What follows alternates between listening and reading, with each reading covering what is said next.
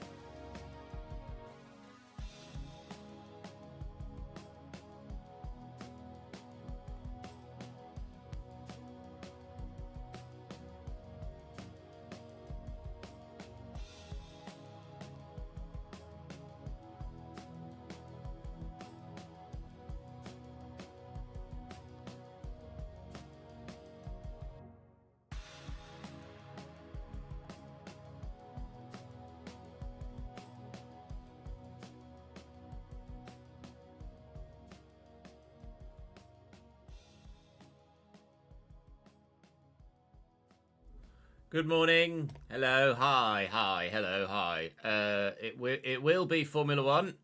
We just need to get this edited first, if you don't mind. I'm a third of the way through it, so don't worry, it won't be long. And then we'll be F1ing in just a moment's time. Appreciate your patience. I won't bother tweeting the stream out until we've fucking finished this. He's actually only a 67 rated centre-back rather than the 7th game they could get something from. But hopefully they don't. Well, they did. We didn't do this with George Thomas and a pre-contract. They first kit and we do. That's probably the most obvious thing I've ever said. Plymouth's. How are we all this morning anyway? Plymouth's team. They've drawn 3 of their last 5, so they're morning from the US, right? You're up early, Ryan. Blimey. But they are absolutely... Morning, Andy. How are you, mate? For sure. Right. Morning, Ad. Morning, Tottenham. Morning, Luke. Afternoon, evening, Luke, probably. We're about 9 hours. Is obviously going to be very good. So it's like 25 past 8 for you. Morning, Cammy. Hungry, not allowed to eat till after a scan at 4:30. Change a winning side, though. Although, yikes. Say that, Dodds is slow. I'll go offline for my lunch then, Leonie, shall I? So you don't have to watch me eat. But other than that, we can't justify making any other changes, can we? Plymouth's kit, actually, there is very... What we can do, though, what I can have impact over, is winning this game. I'm good, thank you, Zach. How are you, mate? Say, I mean, he's just overdone that for sure. Say, I mean, he's overdone that. Nothing happened in this game, did it? I mean, he's just overdone that for sure. Messing about with it too much in the midfield. Gets himself tackled. Watts with the switch. Kingsley win the header. Danny and roll is going to probably be quite Kingsley win the header again. Kingsley, Danny and solid. I've been pretty down in the dumps about it. Benefits us long term. If it weren't for Ben, Kelland Watts would have been hands down the signing of the season. Ben has rather eclipsed him, I think. One thing that actually I meant to change in this episode, and I haven't thus far, is that Kirk Henderson has picked up the captaincy since we took it off Luke Berry, or moved Luke Berry out of the starting lineup. I can drink at least all the water for you. Are you allowed to like a little dash of squash, or not even allowed squash? Good, thank you, Tom. How are you, mate? I'm sure there's a reason for it, Zach. I know when emotions are involved, your brain goes 0 to 100 real quick. It's never really been something in other saves I've paid that much attention to, and it was something that just passed my attention by so far in this save. But we will take the captaincy off Kirk Henderson, and if you guys could let me know in the past 2, we'll get going slightly sooner in this one. Space here. Need to let me attack them. On the home kill here. A point is fine. Crusade. Nicely. No, well, 0 here. A point is fine, but obviously a win is very much preferable. Yeah, basically, Cammy, because obviously when I'm commentating on an actual highlight, I'm a bit more animated. As such, the audio peaks, and then it's kind of obvious that there's not going to be a highlight here, but there is going to potentially be something as well. So it's just on the block. The dock next door for 17th month, and TG as well at the same time for the 13th month. Thank you, mate. Appreciate it. Thank you both very much indeed. Pleasure to have you on board, TG.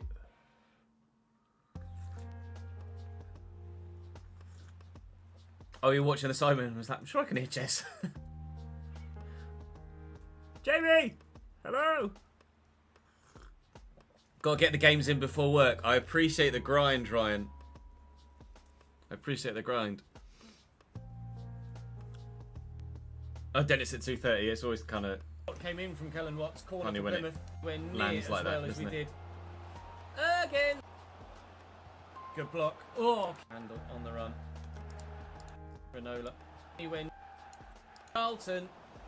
And I've still got question marks over Jack Stevens, but at the minute, he's keeping them out. Ball switched out to Sorensen, who's great turn too. Through sight. I did dick all in this game against Plymouth. I really did. Through sight. Just couldn't break him down at all. Come off the bench here for Plymouth to try and change the game. And might help do that. Randall here in the box. Good tackle. Dodds, little dink. Dodds off the bench as well. Mayhaps what might it be? Sooner rather than later, but at the minute, Cassini. Love the House of the Dragon, Game of Thrones style linguistics. Mayhaps you have seen yesterday's episode. Mayhaps I have too. A new laptop, nice.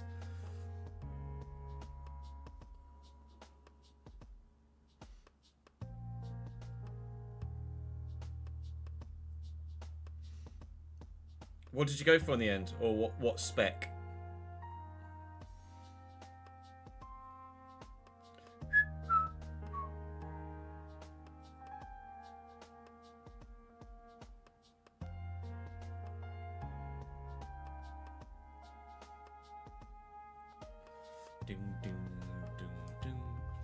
You've not seen it? Oh my god, you need to watch it now! Go now, go now, go now. Join me back in an hour, go now. Don't risk spoilers, go now.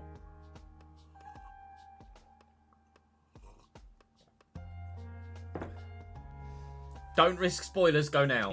It's one of those episodes. With a heavy touch. Liam Lee going through. Cammy!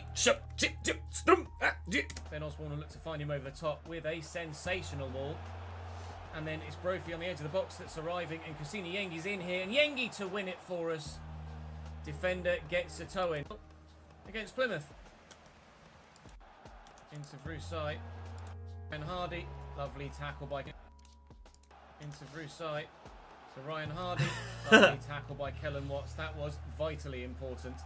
Me bleep too, bleep. There's just not much room to do it. Osborne to Rafferty. Dodds is going to go for the run. Through that channel. He's found brilliantly. It's a smart turn. He's got Liam Lee coming forward here. Lee helping us win the game last time out. Oh, and Cassini. We'll just get through that one and see if it's going to go very well against Charlton. You got a gaming laptop a bit above the entry level, but not a full thousands of moolahs as you have a budget. No, good. Always going slightly better than you need to is actually always good, because it future-proofs you for like an extra few months.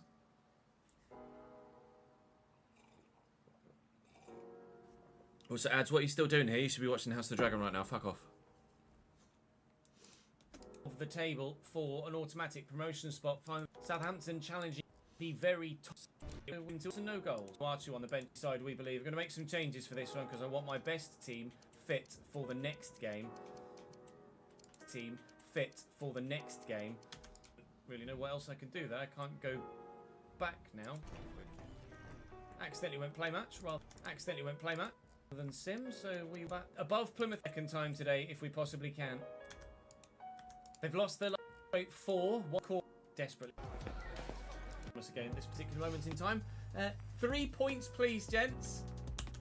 I'm good, thank you, Scott. How are you, pal? Thanks for joining us on YouTube, mate. Sorensen, that touch. We will be F1ing soon, I promise. We're very nearly there. Diabolically poor. His first touch has let me down multiple times, Lasse Sorensen. It's something I have become aware of, not something I... Oh, God, Sorensen, that touch is... Oh, F1's updating at the moment, anyway. His first touch has let Do you like me my new down mug? multiple times, Lasse Sorensen. It's something I have Become aware of, not something I was able to adjust for on that occasion, but no one anticipates the first touch being that bad, do they? Hopefully that's not something that bites us in the back a little bit later on. Great intelligence. It's Ben Osborne that's on the ball now, just driving into the gap. Ben Osborne going all the way and across the middle. And there's Yengi! Cambridge 1, Charlton 0. He has himself another goal. And we're in front. Usually stay up, but thought you'd go to bed to try and fix sleep schedule. It's been really fooked in recent months. It didn't help, and apparently I should have just watched it. Yep, no, absolutely. This was the one that you should have stayed up for.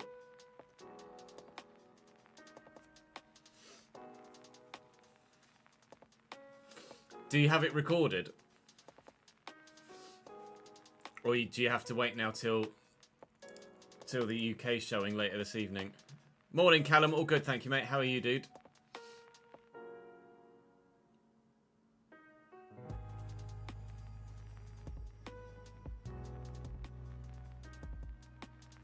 Jesus, did he ever?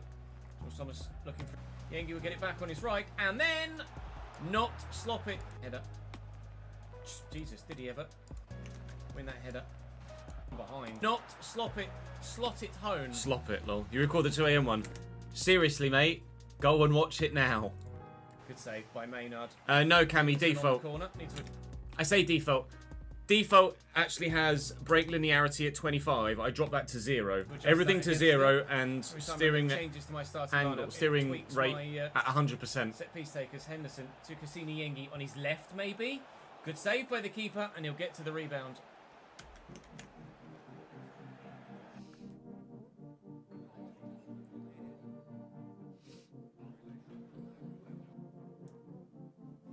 I've got was it F1 show on above me? Yeah, from Friday night, and they just got to the bit where Carlos Sainz scored the Rabona penalty against Charles. From behind, just didn't know the strike is found well or anything. Rafferty, what a cross! Lasser used the hand. Never mind. Centre back, left back, defender type person.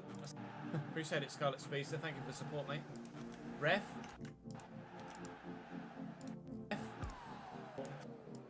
Try and find some more. Couldn't find him anyway. We'll have to start again. Yeah, no, I can well imagine that dropping the steering rate would have made a big difference.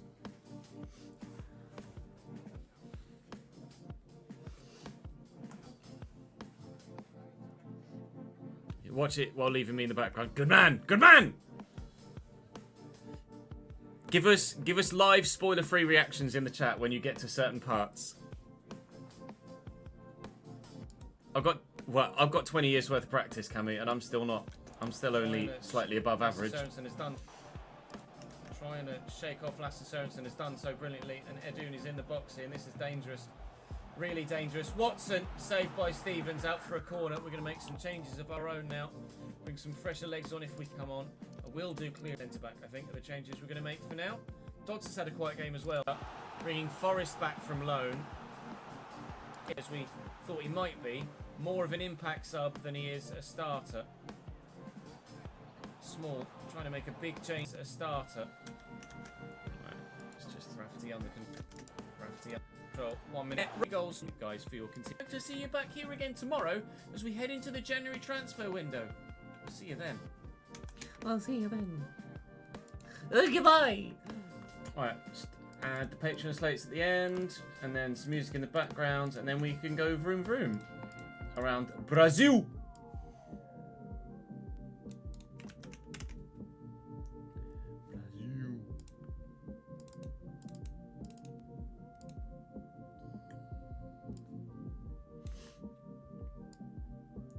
then we'll record some realistic Road to Glory later.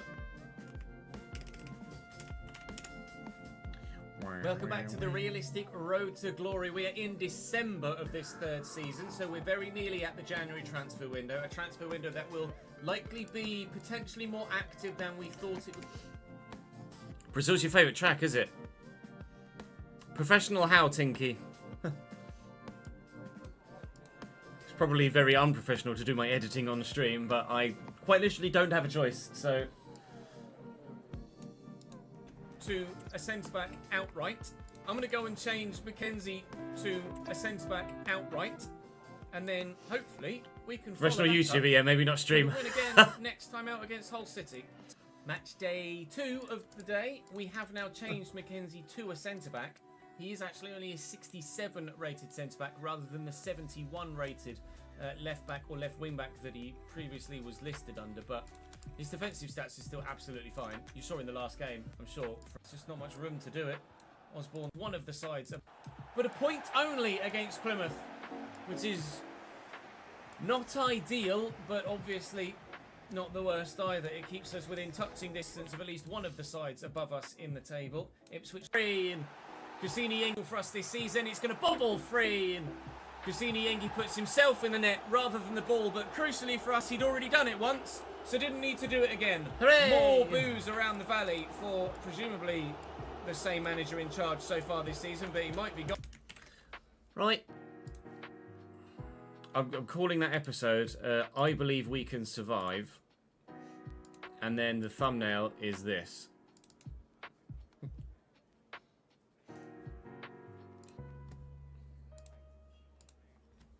Because why not? I will survive. Etc. Obviously. Not like that.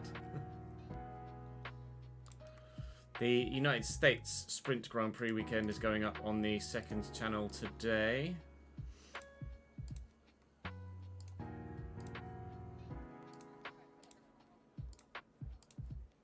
Unfortunately, we didn't get to complete the last full sprint weekend because did the engine, but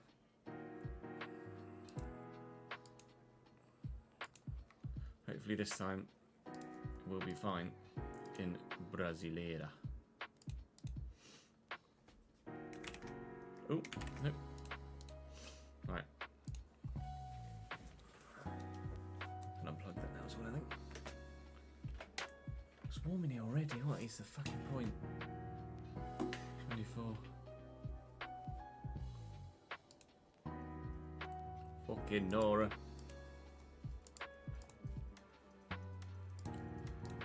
Right, let's tweet the stream out, shall we? Let everybody know that we're live. Appreciate those of you that have come from the notification alone.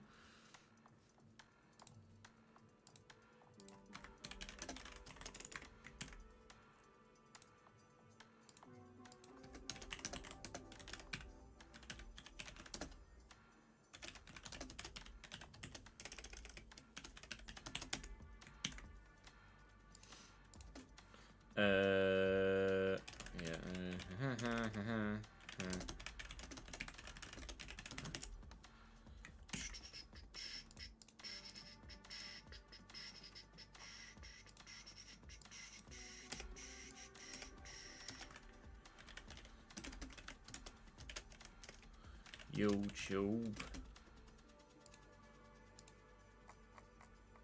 Get link for it. There we go. Right.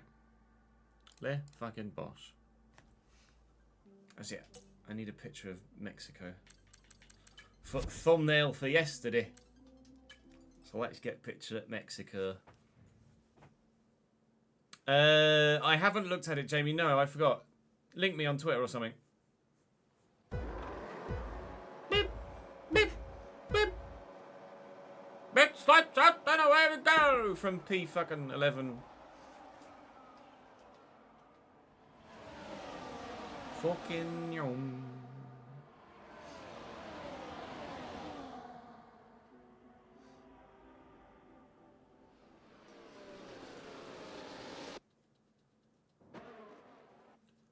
I didn't realise they got Chipotle on the side of the car there. I love Chipotle. Chipotle is my life. It's not a bad shot, to be fair. I did catch the F1 movie teaser, yeah.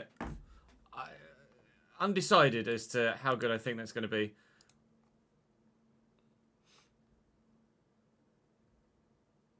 The fact that it's got all the official stuff in it is going to be sick.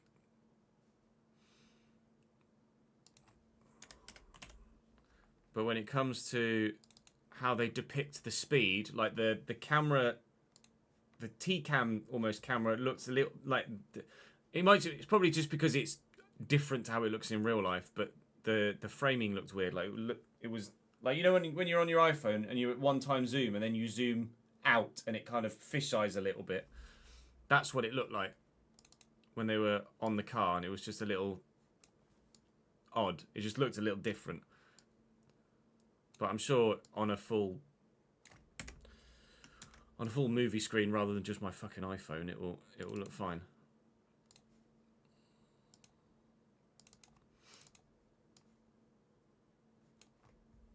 I really hope it's good. I just really hope that it's a genuinely good movie.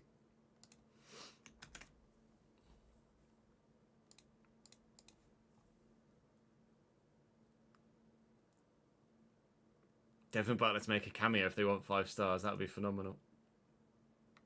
I'm sure Adam would be buzzing. Yeah, good. Thank you, Trip. How are you, dude? Alright, let's just export that.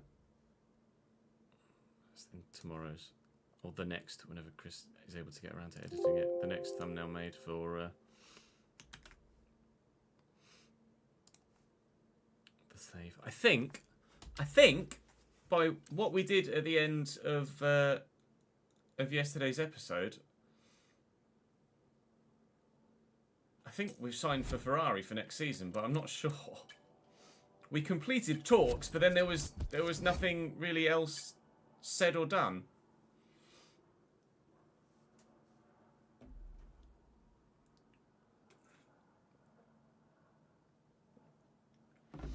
Was he? You can't blame him, really.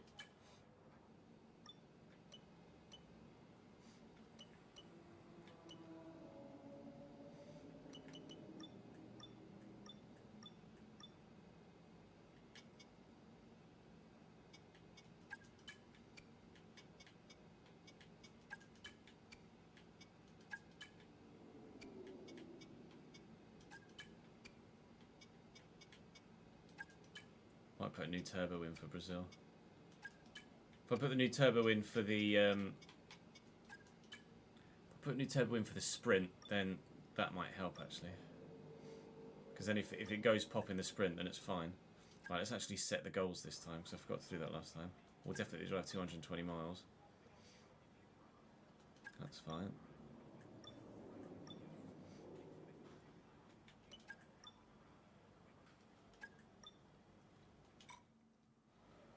You're right, you can't see at the moment.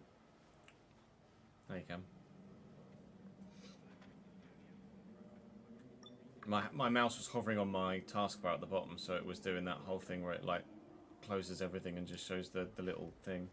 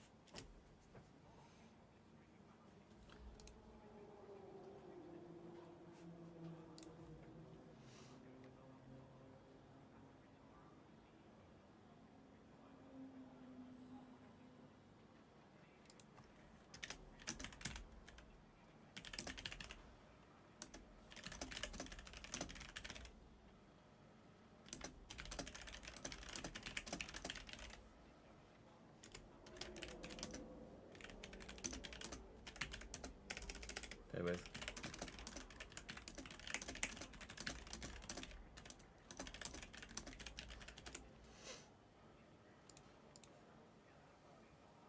You got hay fever, Rip. Started yesterday at 3 PM, only just finished it, was due in at 12. Pushing your luck there, Aaron, aren't you really, mate? Pushing your luck, son. Right, bear with. I'm just testing something for James on YouTube. Supposedly, the F1 theme tune won't get copyright struck if it's from the game anymore. We shall wait and see. Sports. It's in the game. So I'm just going to let it play out and see if I get a copyright strike. Well, it's not. There's not a copyright strikes. They're claims because it's not actually a strike on the channel.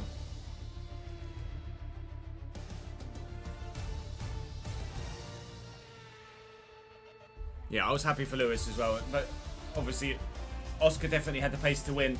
So did Lando if they made the right tyre call. McLaren fucked it yesterday.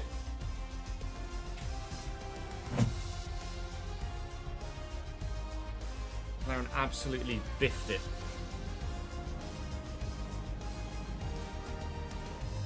And there's only one person to blame, Aaron.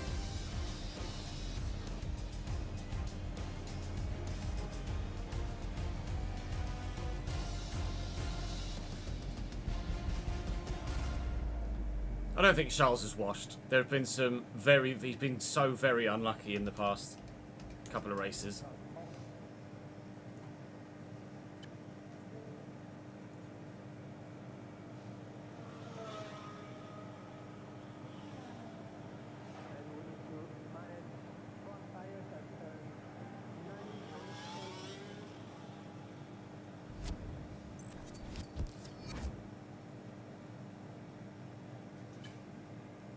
No excuses, got it done though, yeah. Won't be doing that again, huh? Yeah, Leclerc's luck recently has just been in the mud. He's been so unlucky. So unlucky.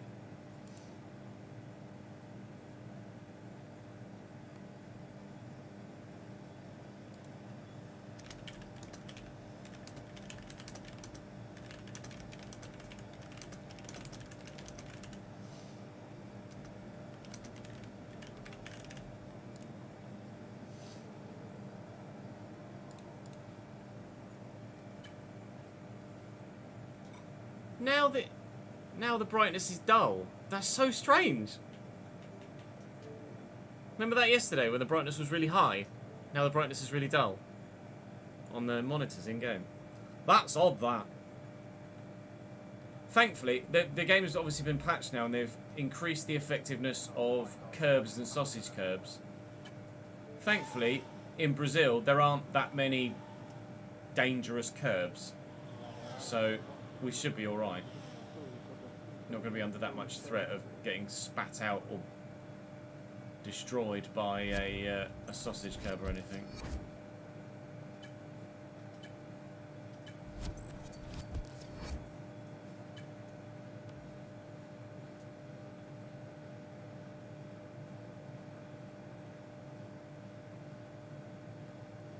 Perez is the one that's washed at the minute.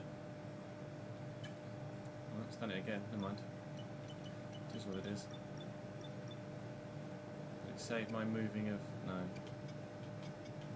Might have to put a new ICE in as well, actually, for Brazil.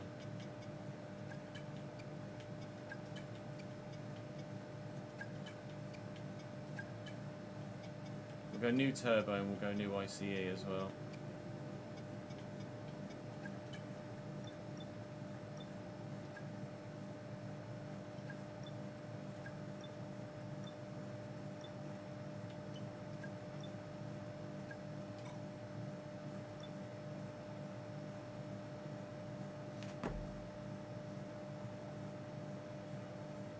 No, there's only a little bit of rain at the very end of qualifying, Jamie.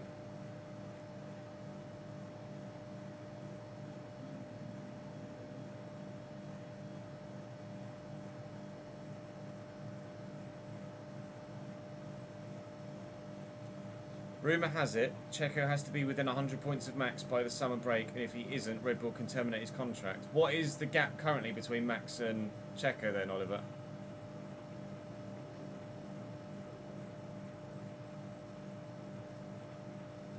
Because by the summer break is the next race. Summer break is after Hungary, so...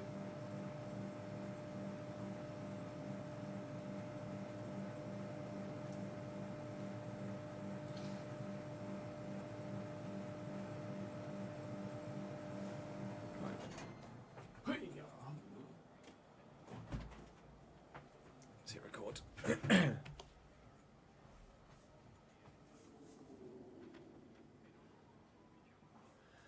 Welcome back to the F124 driver career. We have another sprint weekend, this time around in Brazil. And fingers crossed this time around we can actually complete the sprint weekend. Because last time we had a sprint in the United States, we got a third of the way through the race. And then the MZ UK decided to wet itself and just stopped functioning. So we were able to get...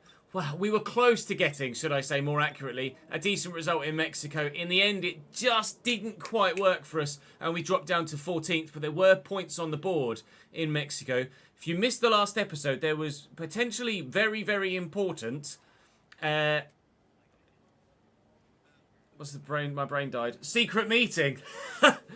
Very, very important secret meeting in the last episode that might well have decided our future. Charles Leclerc has DNF'd 3 times in the last 6 races, which is not great for his Ferrari career. Carlos Sainz has only finished on the podium once in the last 10 plus races, which is not great for his Ferrari career. So, might we be taking one of their seats next season? We shall wait and see in due course. Everything's set up for a decent Brazilian Grand Prix. It's a fantastic track to race at. Do enjoy racing here. Tend to set up for the middle sector and then use the battery to counteract the pace in the DRS zones, but haven't driven the track on this game yet, so I don't know whether it's perhaps a little bit more favourable to maybe prioritise straight line speed this year. We shall wait and see. We have, of course, only one practice session to figure that out, though, unfortunately. So let's go and figure it out, shall we? Drop the video a like, subscribe to the channel, and I'll join you after practice.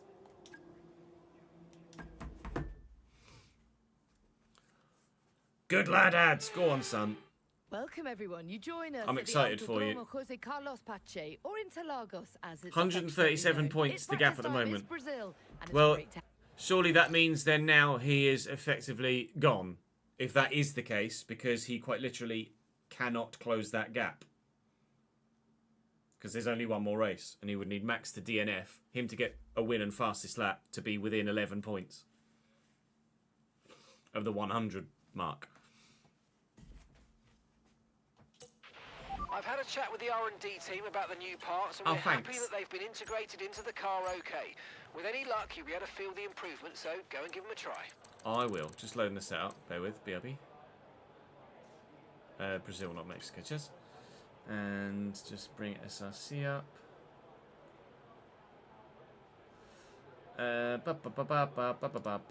Brazil. Let's see.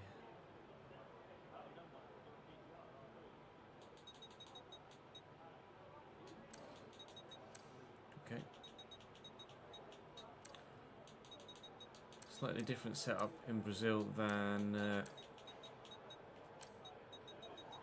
expected, actually, judging by this.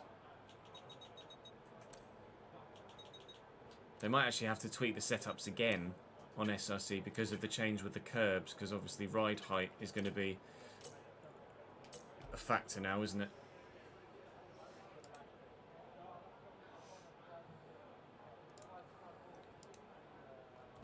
Bum bum bum bum bum. Boopity beep beep beep beep beep.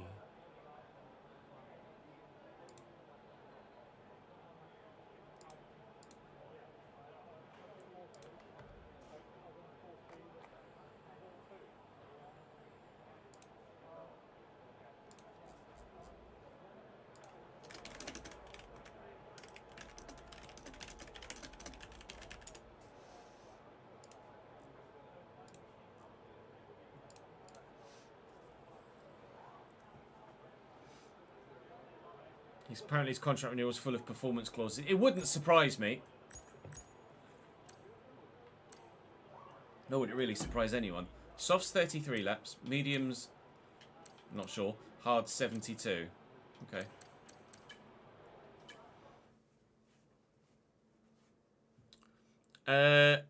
At the minute, I imagine they would put Yuki in the seat. Ricardo's not exactly been electric this season, has he? Sure, we can manage the tyres through a lap, so try to keep the wear down through each corner. Be especially careful accelerating on corner exit. I don't imagine Max would want someone like Carlos Sainz alongside him again.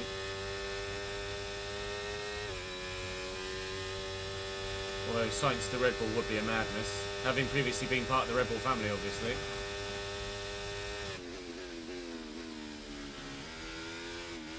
Oh god, that was terrible. Marco doesn't rate Yuki.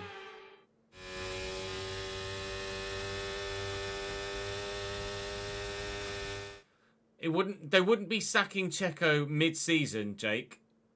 It would be a termination of his 2025 contract, according to what Oliver was saying. Summer breaks after Spa, is it? Or is it Spa then Hungary? No, it's Hungary next, right? Summer break's always after Hungary, and Hungary's next. Then we come back from the summer break to Spa and Zandvoort.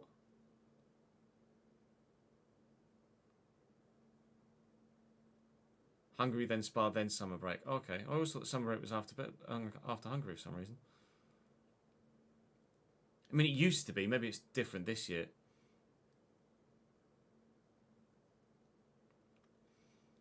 They've done it with Gasly. They did it with Albon, but I don't think they do it this year with Checo.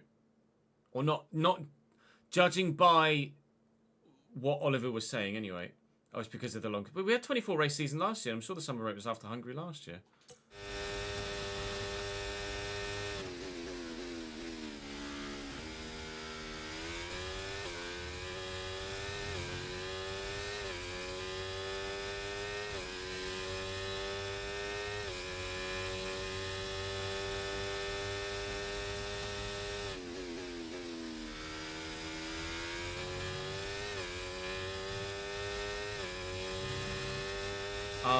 Flood.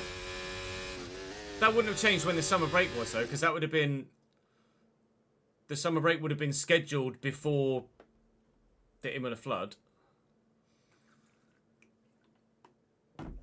Baku might have been earlier last year, perhaps, Cammy. That might be a point.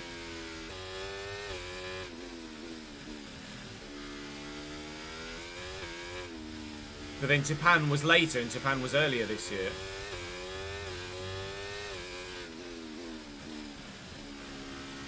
Although China was back this year, so... Oh, I don't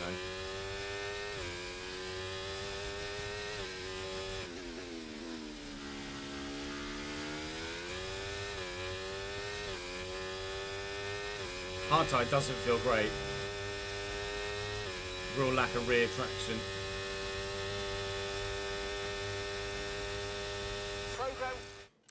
Because it's my first lap. And a job well done. We got some excellent data with that run, so come on back to the garage and I can take you through the numbers. Okay, thanks. Can't do it on mediums, fuck.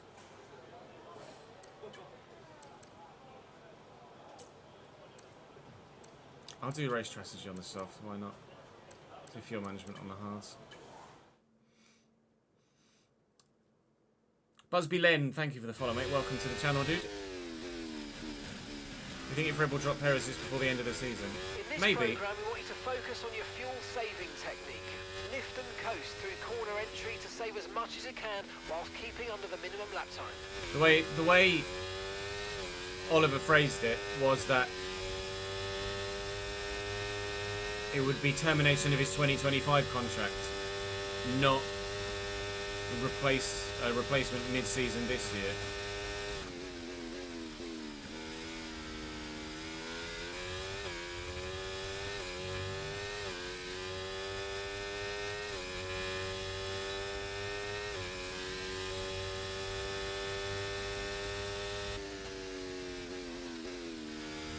But you're right.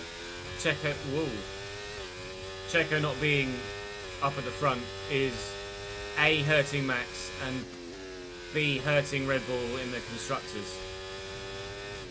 especially with the way McLaren is scoring in a minute, although Ferrari, I think, are still second in the Constructors.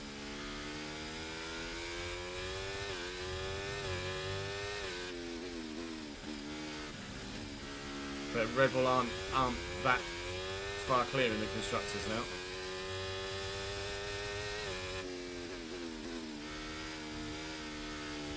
God, I am really bad at the moment. I think I might need to tweak this setup a little bit.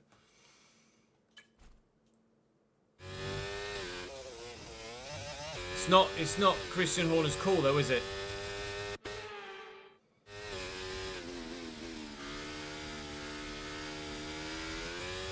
It's Helmut Marko's. No, I've had a coffee, that's the problem, sir.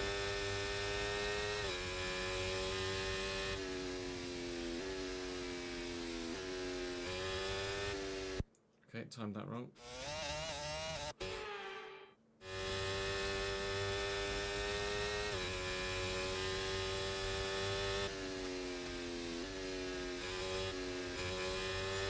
Just, I'll take it.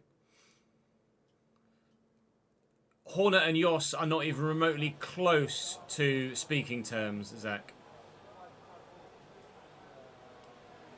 They sacrificed Checo yesterday, though, Oliver, because to put him on the intermediate tyres. Checo's finishing position yesterday was not respective of his race pace. They sacrificed him to get the information for Max. Thanks for following, Chipmunk.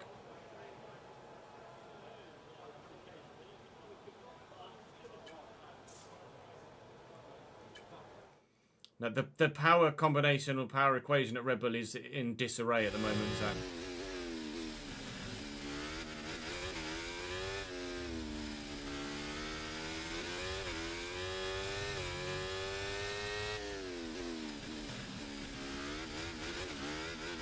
Okay, give us some good, consistent laps, please. We're looking for good data that we can work into a race strategy.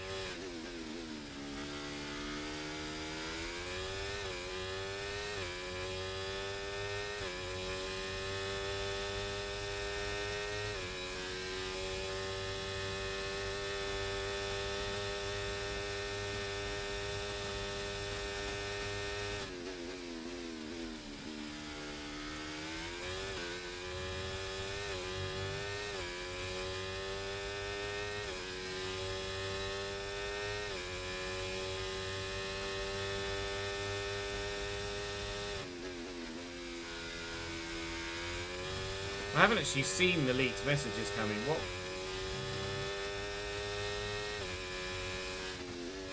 What was said?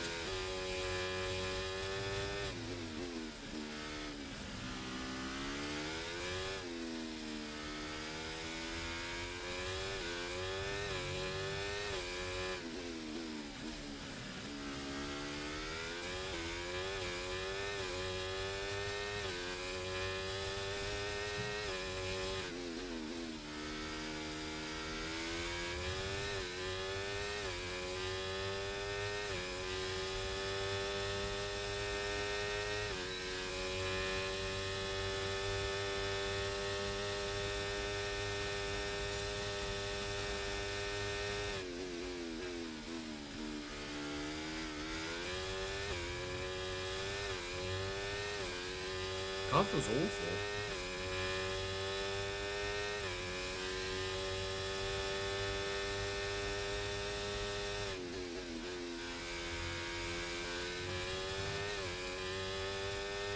It is, Tinky.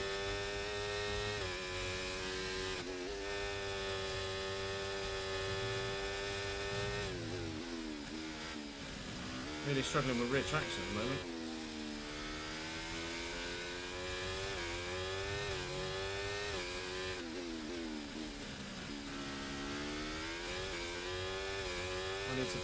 I'm worried about not being competitive in a straight line though, but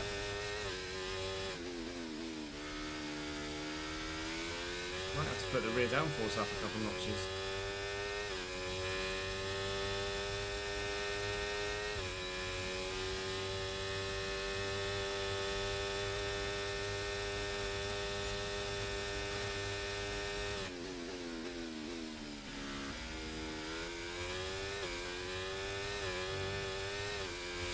Christ, it's all over the place. Through the centre S's, it's horrendous.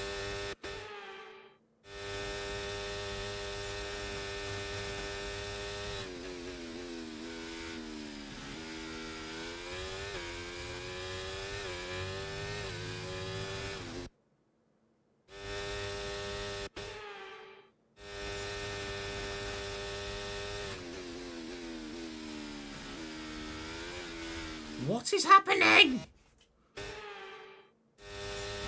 Something needs tweaking with this setup now. I'm just everywhere. I'm all over the shop.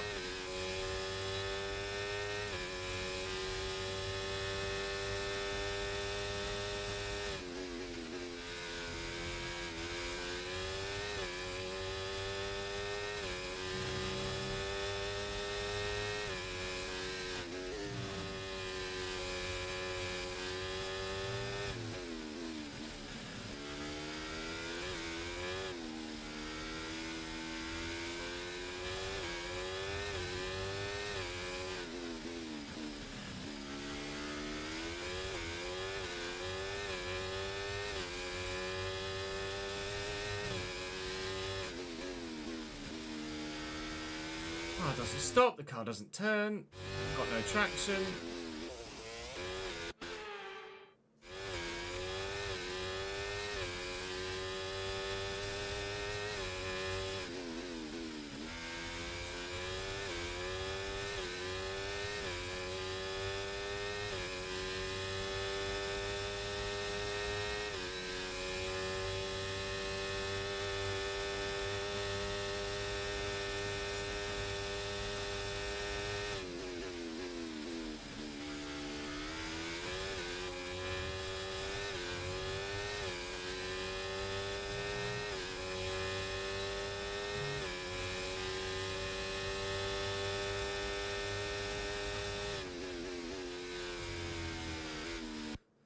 Touch a curb, and it might be because of the update, because it does seem to be happening more so over curbs.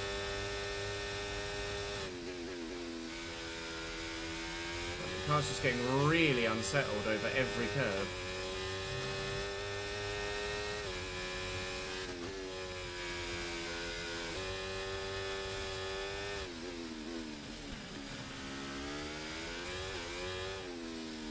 I'm gonna have to tweak with this setup quite a bit, you know.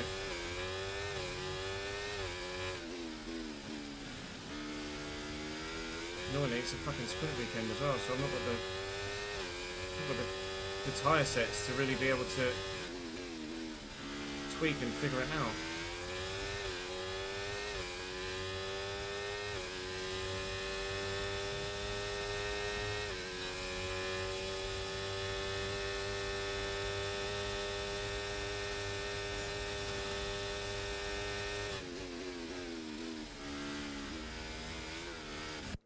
You just can't touch that first curve. You're supposed to be able to go all over that curve.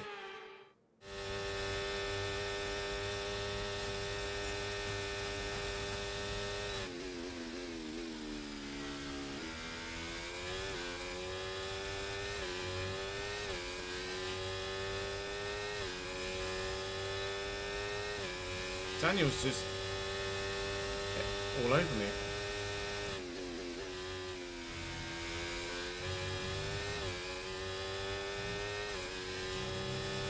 I'm genuinely concerned that we might have no pace whatsoever around Brazil today.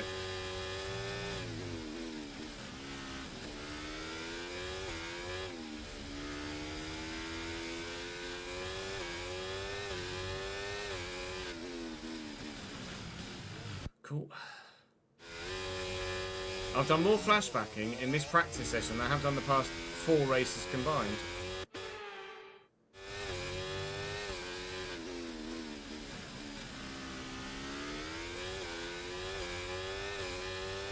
Probably just coincidence with the patch, but it'll make you a little concerned. Any sort of rear traction at 40% throttle would be lovely. Good.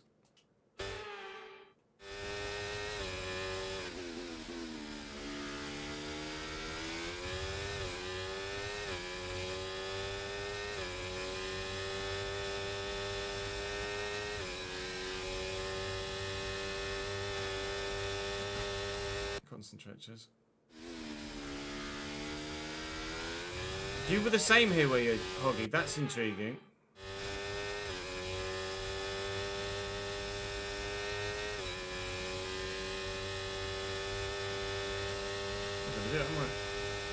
Program complete. Only green. Program complete. These results all do, although you could definitely do better. Consider giving it another shot. Yeah, that's weird.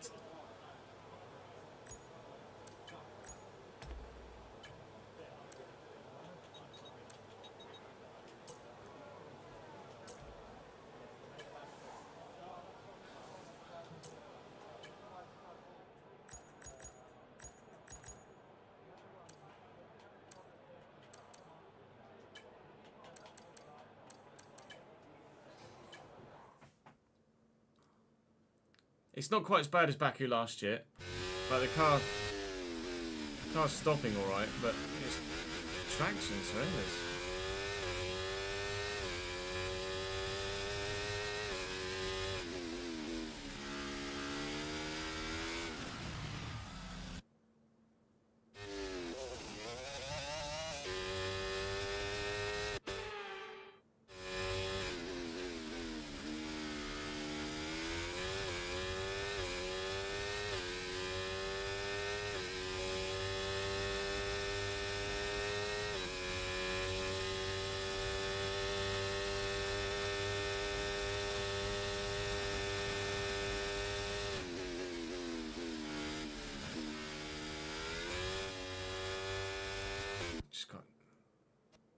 It's almost worse than it was before. I mean, it is on a hard tyre still.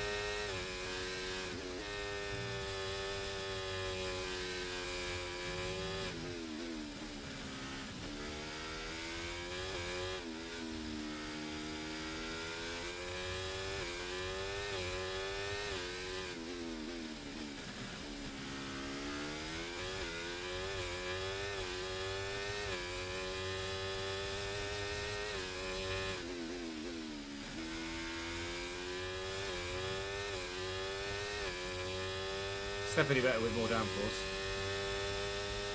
I only put it up 3 ticks on the front and rear, but made a difference.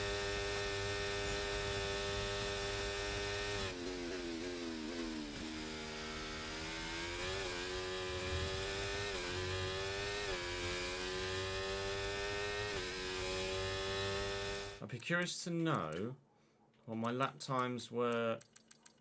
I feel like I'm just super uncompetitive though. Yeah, so I did a 110.8 and a 111.2 on the hard tyre earlier, and I just did a 110.2.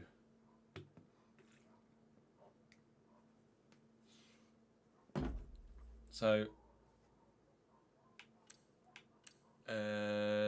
slower through the first sector. Actually, no, faster through the first, or comparative to the hards, faster through the first sector, half a second better through the middle sector, and about the same in the, yeah, so it's just better in the middle. It's just got more downforce.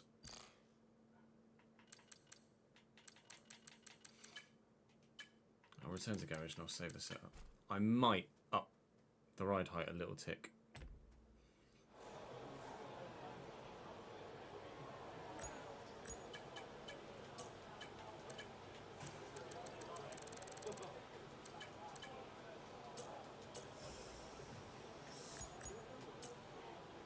Wasn't sensational.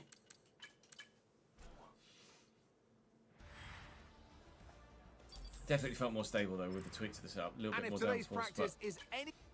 Hopefully today's practice. How are they using medium tyres in practice when they're not supposed to be available? That's weird. 260 resource points. Didn't do well in that session. I don't feel very competitive in Brazil at all. which is not great when you've only got the one practice session to try and tweak with setup and minimal amounts of tyres available to you. So they shouldn't have had access to the medium tyre in that session. It should have been the same as me, one set of softs and one set of hards, which is annoying, and I'll certainly feed that back. I'm going to put in a new ICE here. I only got one MG UK left. I'm going to put in a new turbo and a new gearbox. Do I need a new gearbox? No, gearbox is okay. So new turbo and new ICE here. This is why I'm thankful for the sprint race, because if those new components are going to fail, then they should fail early doors in the sprint qualifying or sprint race and not in full qualifying or the full race. But this one might not be that good for us. Okay, let me just feed that back.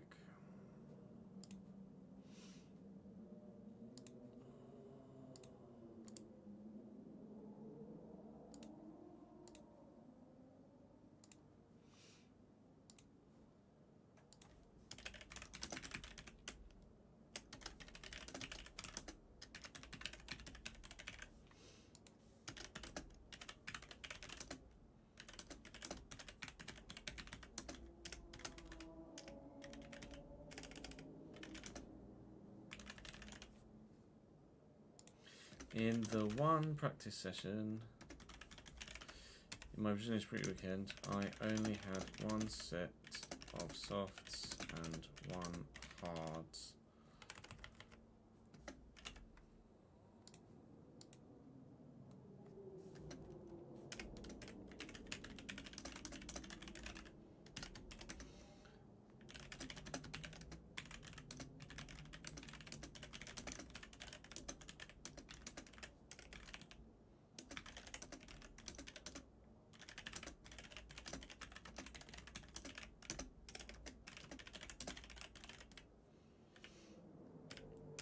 What's the... Have I got a report code?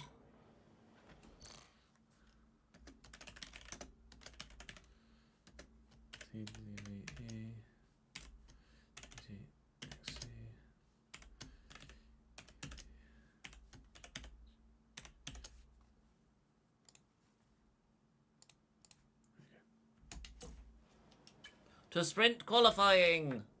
No worries, Cammy. Catch you later, dude. Sleep well, pal.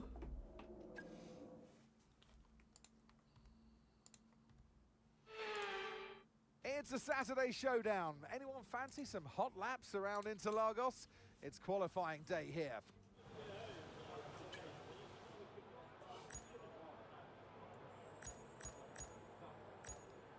Right. Of curiosity, what do the... So, softs 33 laps, 50 laps on the medium, 72 laps on the hard. Fairly well spread between. The medium is definitely the better race tyre, isn't it? Faux show. Do I go out at the end of the session or do I go out now? Could probably do 2 runs. I don't know whether I want to do 2 runs though. I'd rather just do 1 run on the set when they're brand new at the end of the session. It's a risk, especially in a circuit that has such a short lap. You make any sort of mistake and it's very hard to make that time back. I'm going to need a early 1:08, I think, if we're to make it through this session. Right, the car's ready. Let's get it out there.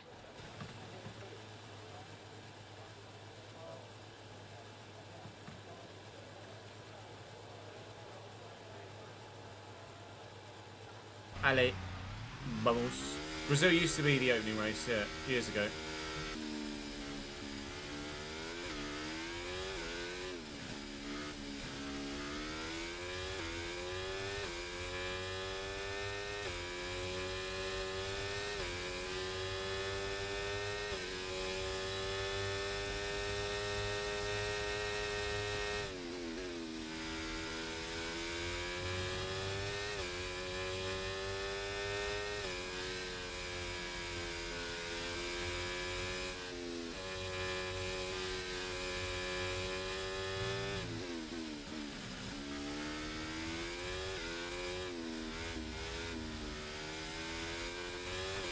and we've been pushed down to P20.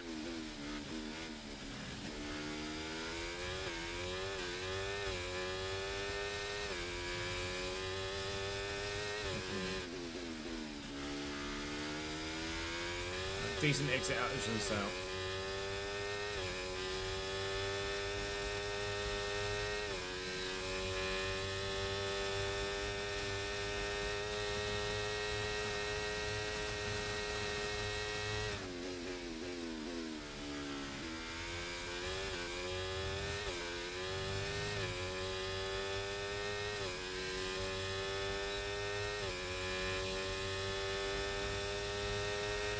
Minute to go.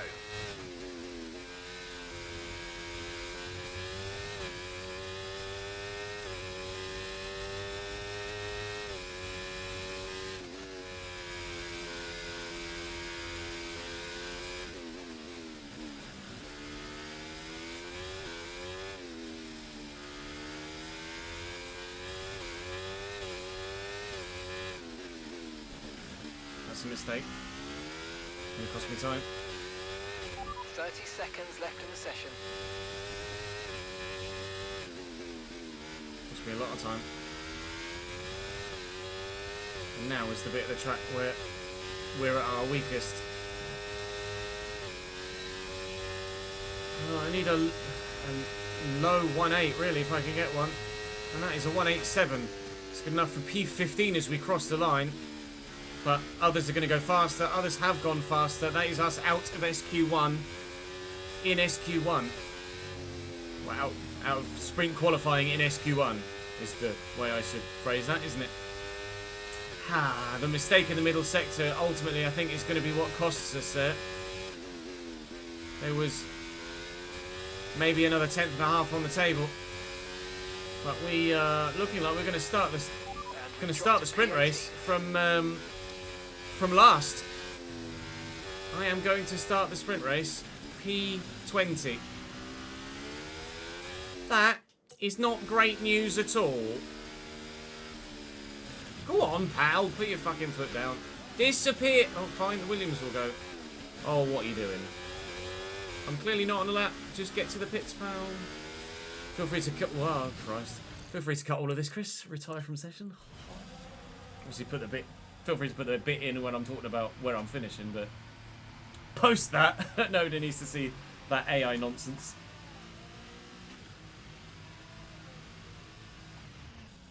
Hi, Mr. Marshall. How are you?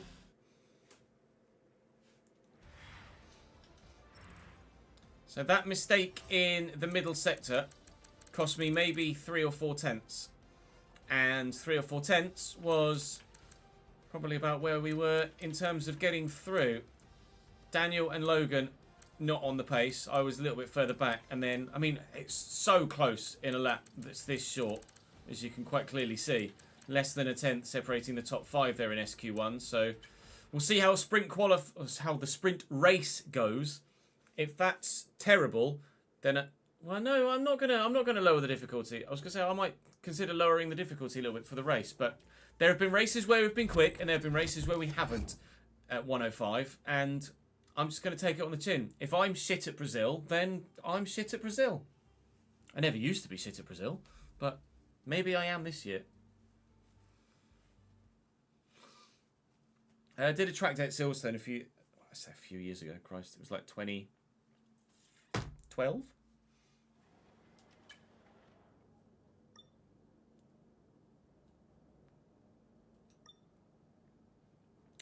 Drove a Renault Megane Sport for some cycle laps, and then a Ferrari 360 Modena.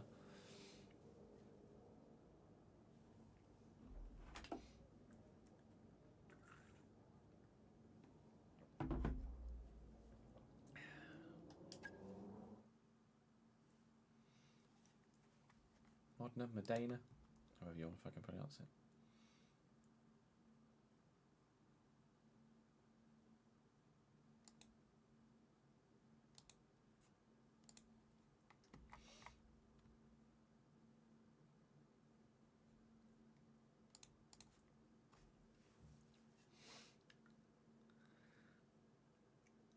I was 24 then, yeah.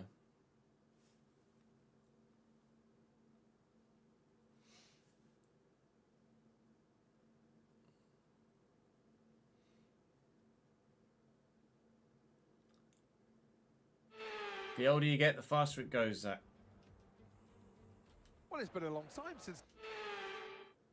Okay, we might be at the back of the grid and it's not the best place to start, but keep your chin up and push hard. It's Formula One.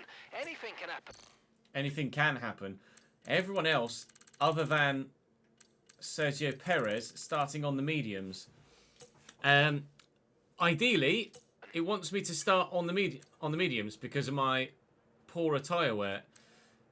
But because of DRS, I might have much better tyre wear on the mediums, but they'll DRS gap me away, and the gap that they'll earn by DRS training away from me, I will not be able to overcome by having a better tyre at the end of the race. So I'm going to put the soft on, and we're going to have to take some pain here in this sprint race, but hopefully it's good information for the main race at least.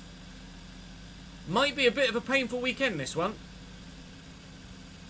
Not necessarily the sort of weekend I wanted after what I believe was a confirmation of my Ferrari seat next season.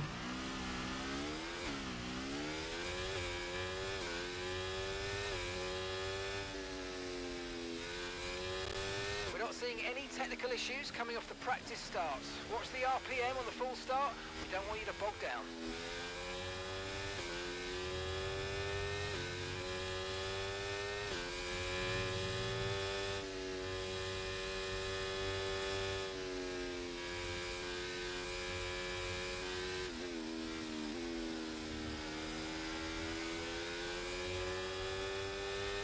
No threat of rain for the time being. Conditions look good.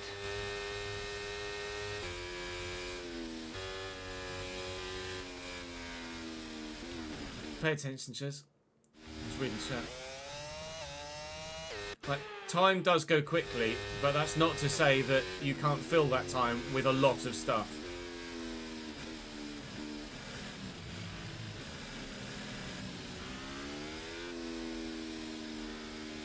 Your soft lasted 6 to 7 laps. During the race strategy, they were about 11% worn after 6 laps. And it's cooler as well, which should help. Overcast, so the temperatures will be down, so Degs should be slightly better than it was in the blaring heat.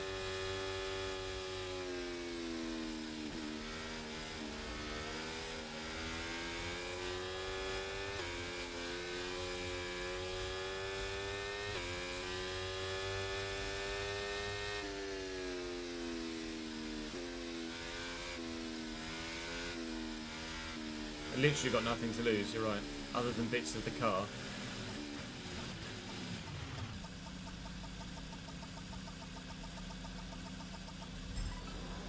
Here we go then, a 24 lap sprint race is underway. Tried to short shift, the automatic gearbox didn't like it. Go wide here. Try and get around the outside of Sargent, to then have the inside of Sargent, to then have the outside of Sargent. Never mind, that didn't work. Bit of battery then. He's gone defensive. I'll take the slipstream here and then maybe try and go around the outside of Sargent again. No, it's just not enough room. Okay, well, we'll stay P20 for now then. This is going to be a long slog of a weekend, lads. Hopefully there's plenty of entertainment in it for you, but there might not be a World Championship point finish at the end of the full Grand Prix, but you never know. You do have the opportunity still against AI in Brazil to do moves like that on occasion, and we might be able to pull something out the bag if there's some craziness that happens. I'll do it again here. Excuse me, Daniel, I would like to come through, please. He's still very much against the idea of me coming through. He's gone defensive into Junsao. Get a decent exit, power up the hill with some battery. Alright, one position per lap would see me win the sprint. That's our plan then, is it? Hey, go on then. DRS is being enabled this lap. We can use DRS when you're within 1 second of the car ahead and in the DRS zone.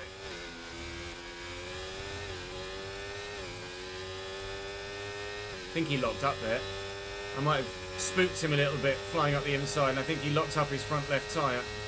Saw a little puff of white smoke. Suits me down to the ground. That's my one position for this lap. We're getting there. Operation Win the Brazilian Sprint Grand Prix is well underway.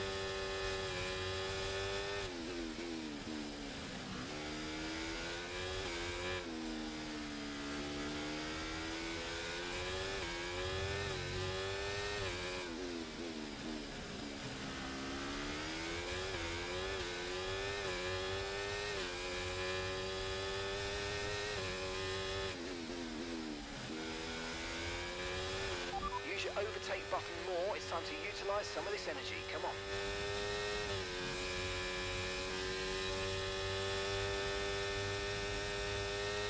Yeah, they're a lot faster than me in a straight line.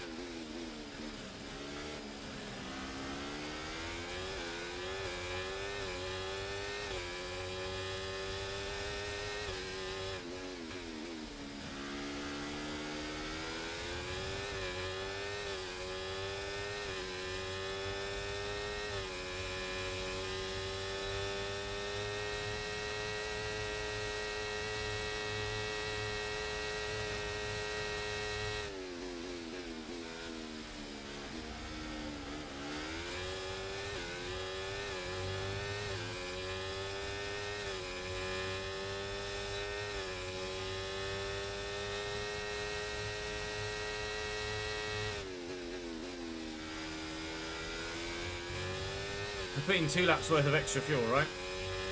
Pretty sure.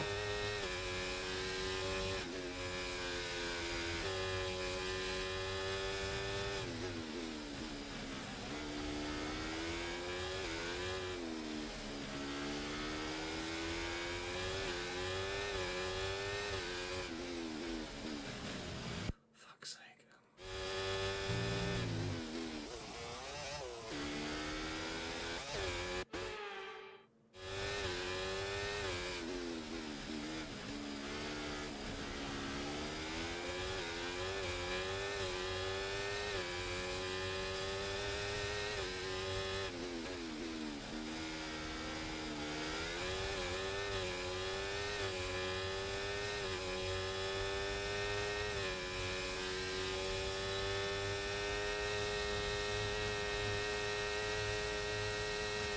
Right, the gap to the teammate ahead of us.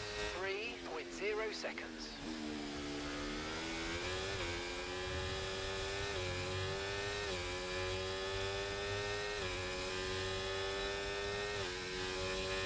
Softs will do 20... Oh, hello, Daniel. That's Logan. Bloody hell. Softs will do 24 laps here. They just will be pretty dead by the time we get there. Logan Sargent fighting back here. Getting the job done. Lost the position. Try to keep focus.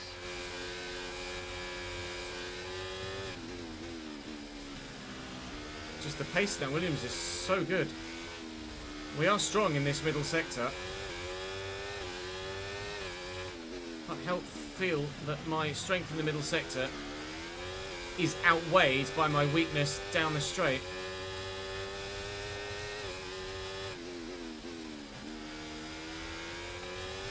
We aren't terrible in a straight line when we're using our battery, but if I run out of battery at any point, I am knackered. Logan's just got DRS here. It's gone very defensive. If I stop using my battery, they immediately... Oh, never mind. Ignore that, Chris. I'll just stay behind him. Driving like an absolute mongoloid at the minute.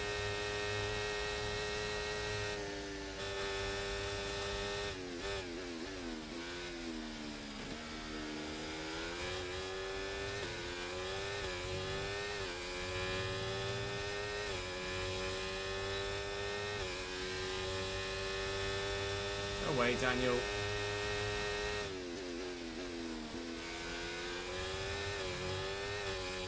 I don't get why the car's so uncompetitive here.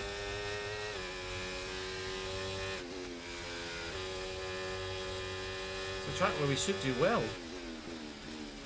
Given the grunt in the car, they can't be running that lower level downforce, surely.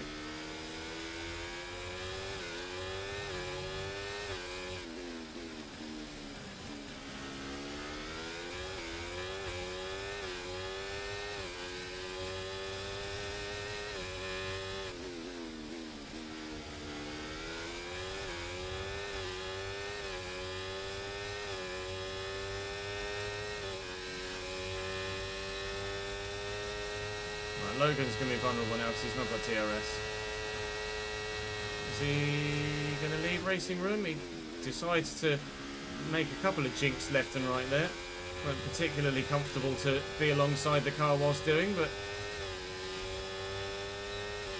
try and get him into turn 4 instead. Again, using a lot of battery here. I'm going to go super aggressive and squeeze my way through. Get out of the way, Logan. Now Ricciardo might well take Sargent as well, but Sargent's going to have the inside line for this right-hander.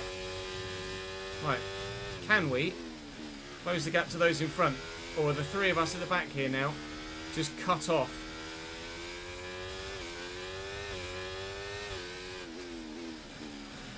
I am scratching my head as to where the lack of performance is coming from this weekend. It's a proper mystery.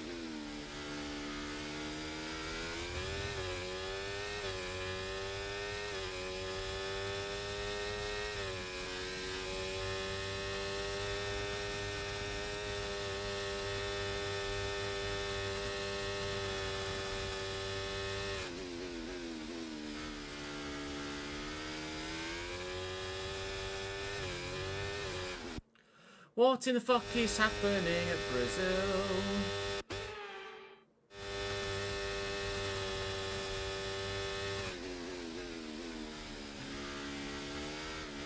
I've never known Brazil be like this.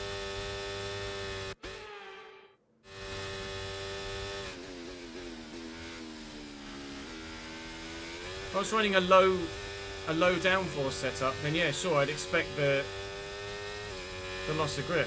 Chat, but Jesus Christ, it's so alien. The fact that MJ said that he'd experienced something similar as well at least gives me some level of comfort, but not much. How's it going again? What in the fuck?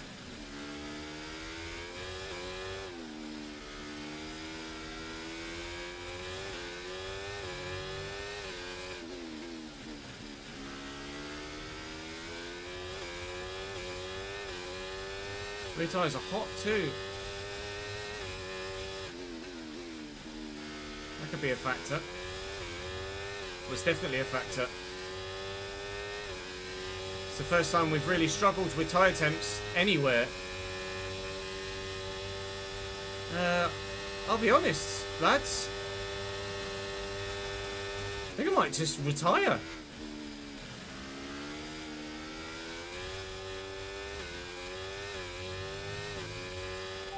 Push, use your overtake button, let's go. Overheating right hand side of tyre, or right hand side tyres even. Just going to make this miserable, really.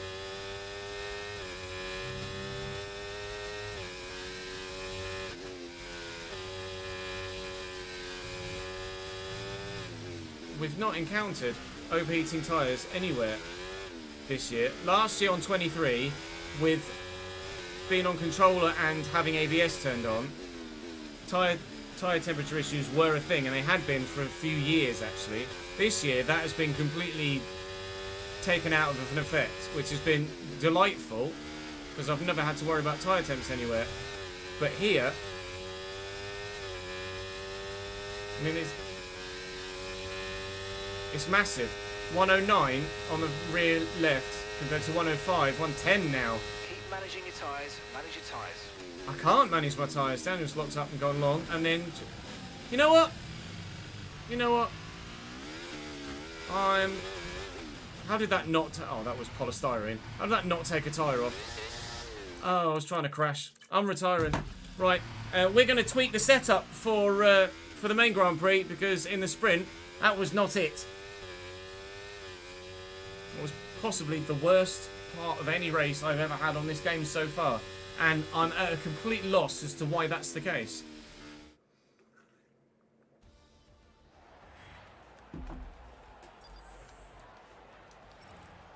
Well, that's an end to the sprint action. Next. Huh.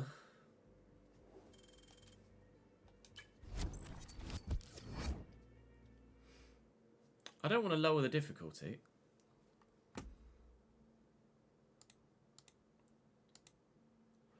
But I also don't just want to do 71 laps last or have no content.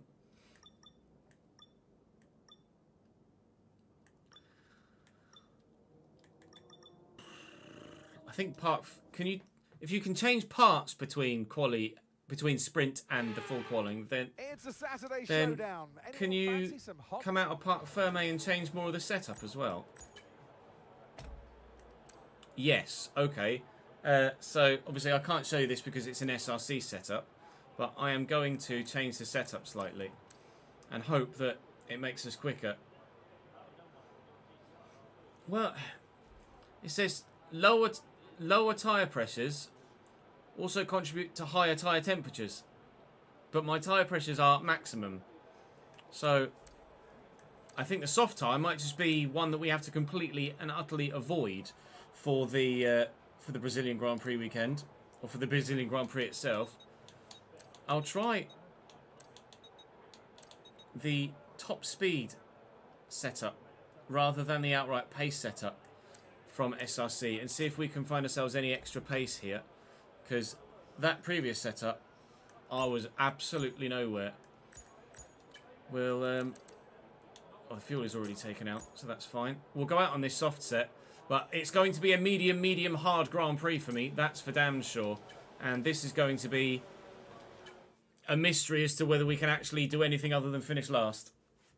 We can pray for safety cars, etc., and chaos and take advantage. But on the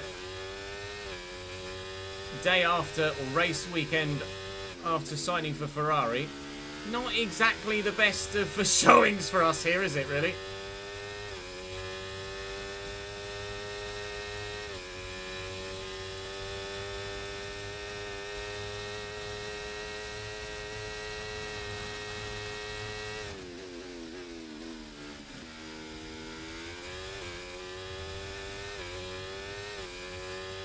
Right, that's us pushed down into P15. Bonjour, Monsieur Otman. Thank you for the support from Morocco, my friend.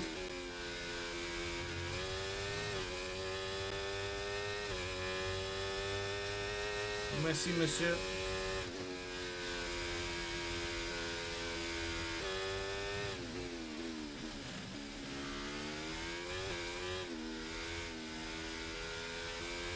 Very much enjoyed my holiday to Morocco in 2019.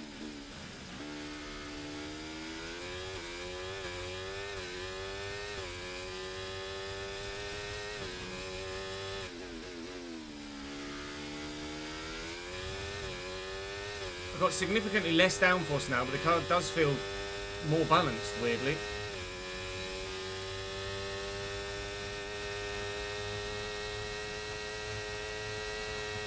It's not a great lap time, though. Still unsure. Thank you for the follow-up, man, as well.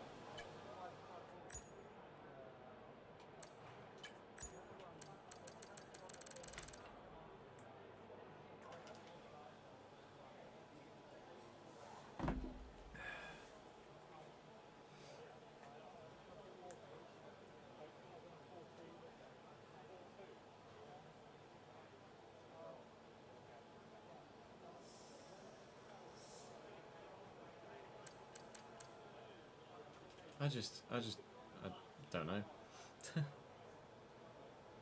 Quite simply, don't know.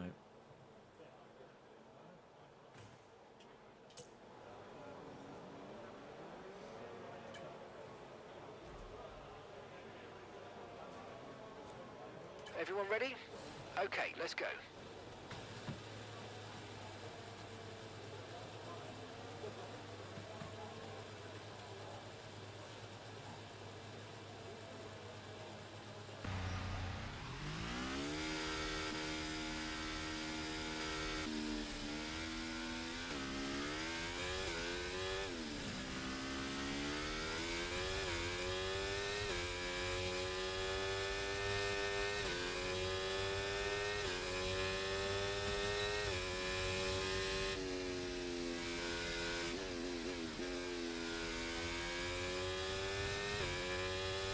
I'm on controller, Charles.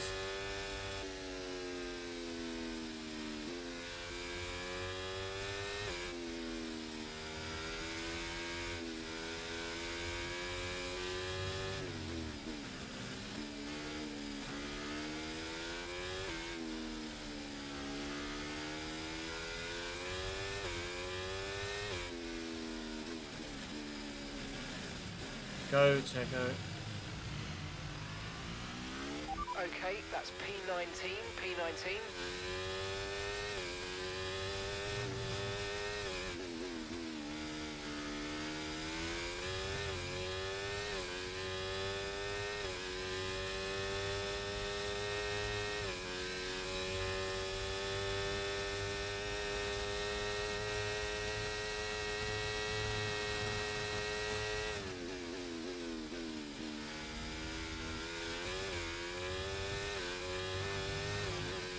What is happening? I don't understand why Brazil is just so weird.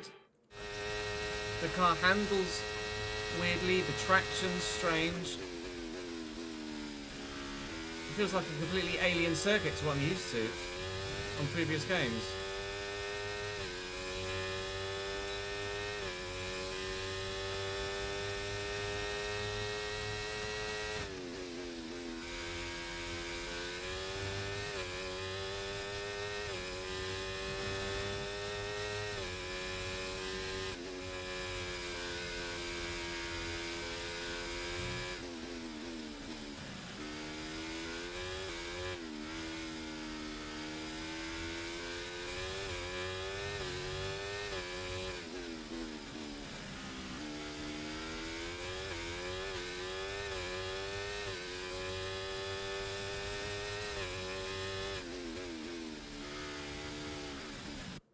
Like, that's like the curb has glue on it.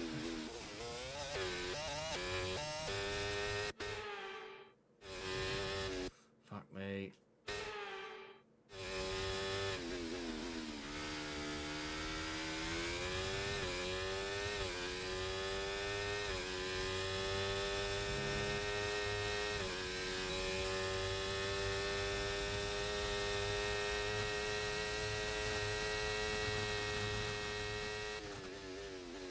I don't understand Brazil.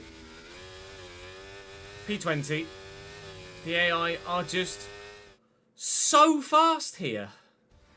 Or I'm so slow. We've not experienced this all season, other than maybe Bahrain at the very beginning of the game when I had no experience on it. But I'm going to lower the difficulty for this race and this race alone. Otherwise, there would be no point making a video. Because it would be 71 laps with me being last, which isn't fun for anyone to watch. I'll only drop it from 105 to 103. But it seems like the right thing to do in this situation. Bear with, just got to take this phone call.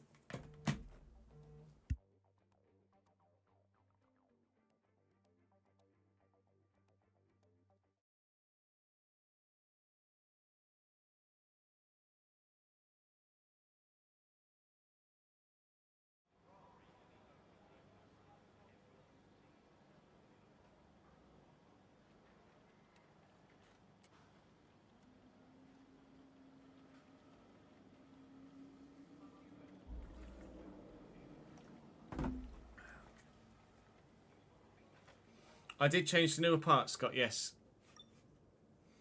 I'm not going to skip the Grand Prix entirely.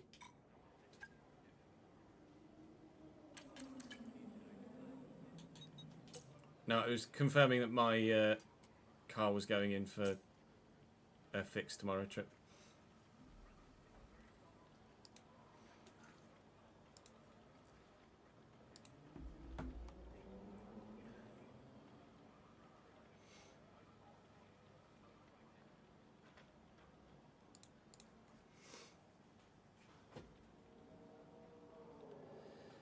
That's really like.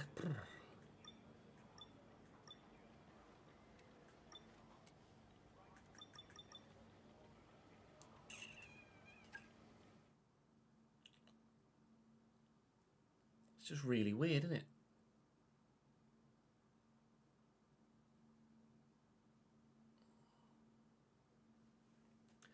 Have you guys found that Brazil was just dead for you as well in terms of pace with the AI? Or am I just in the minority here?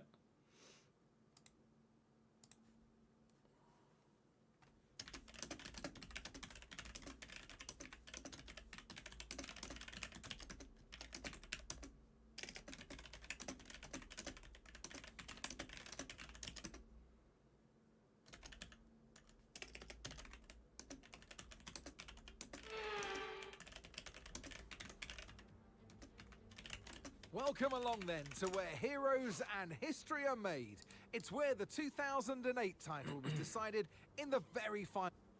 Before we begin, let's take a quick look at the grid we did lineup nothing for but today's race. die at the end of Fernando qualifying. Alonso lines up on Alonso on position. pole and starting George next to them second. is George Russell. Where's As we Verstappen continue then? through the rest He's of the been grid falling off today, since we he won have his championship. Leclerc, He's just fallen off the face of the earth. Sainz, Max Verstappen. Oscar Piastri, So have both Red Bulls apparently. Perez, Perez in Stroll, 7th only. Surely Gasly, Verstappen's taken a penalty Magnussen, to be this far down. Verstappen, Yes. Zhou, Verstappen in 11th, which says to me he Tsunoda, qualified pole and took a 10th-place grid Albon, penalty. Ricardo, Do I get to start Sargent, any higher? Because Norris, Lando's taken a penalty as Ocon, well. No, and I'm still Wood. dead last. And All right. alongside me in the Well, we've dropped the difficulty from 105 to Right, 103 back for of the this grid. race I mean, solely. There is literally only one direction we can go from here, so try and move forward and see if we can get something out of it.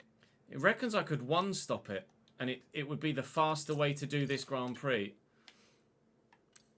I might have to. There are some more medium runners than there were in the last race, but I've never been this stumped by a race before in my life. It's really, really strange. Fuel was fine in the sprint race, so I'm going to put 3 laps worth of fuel in over rather than the nearly 4. I could probably run even less, but I'd be apprehensive to do so. I can't see what everyone else is running fuel-wise at the moment, which is a shame, but... Well, here goes quite literally probably nothing. I'm not even going to bother with a prediction chat, because it's pointless, I think.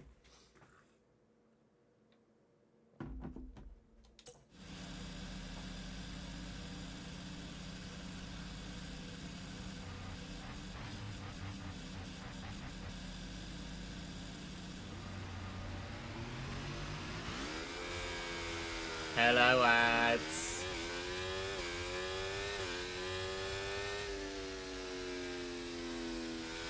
Right, let's get the car up to temperature on this lap, please. We're learning the gears, so let's go through them all if you can.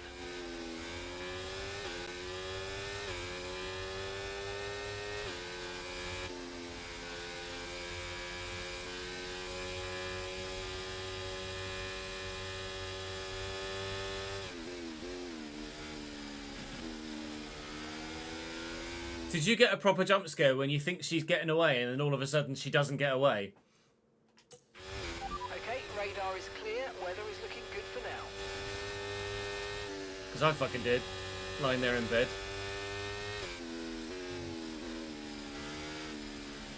Da-da-da-da-da-da. Whoa! Oh! Uh-oh.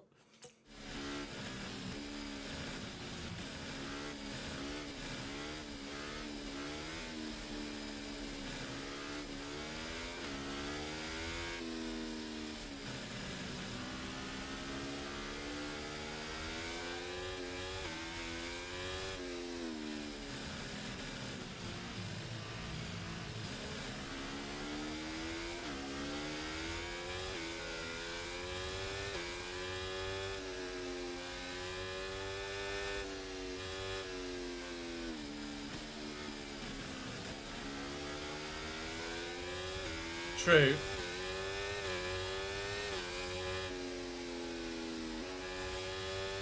Tyres are cold.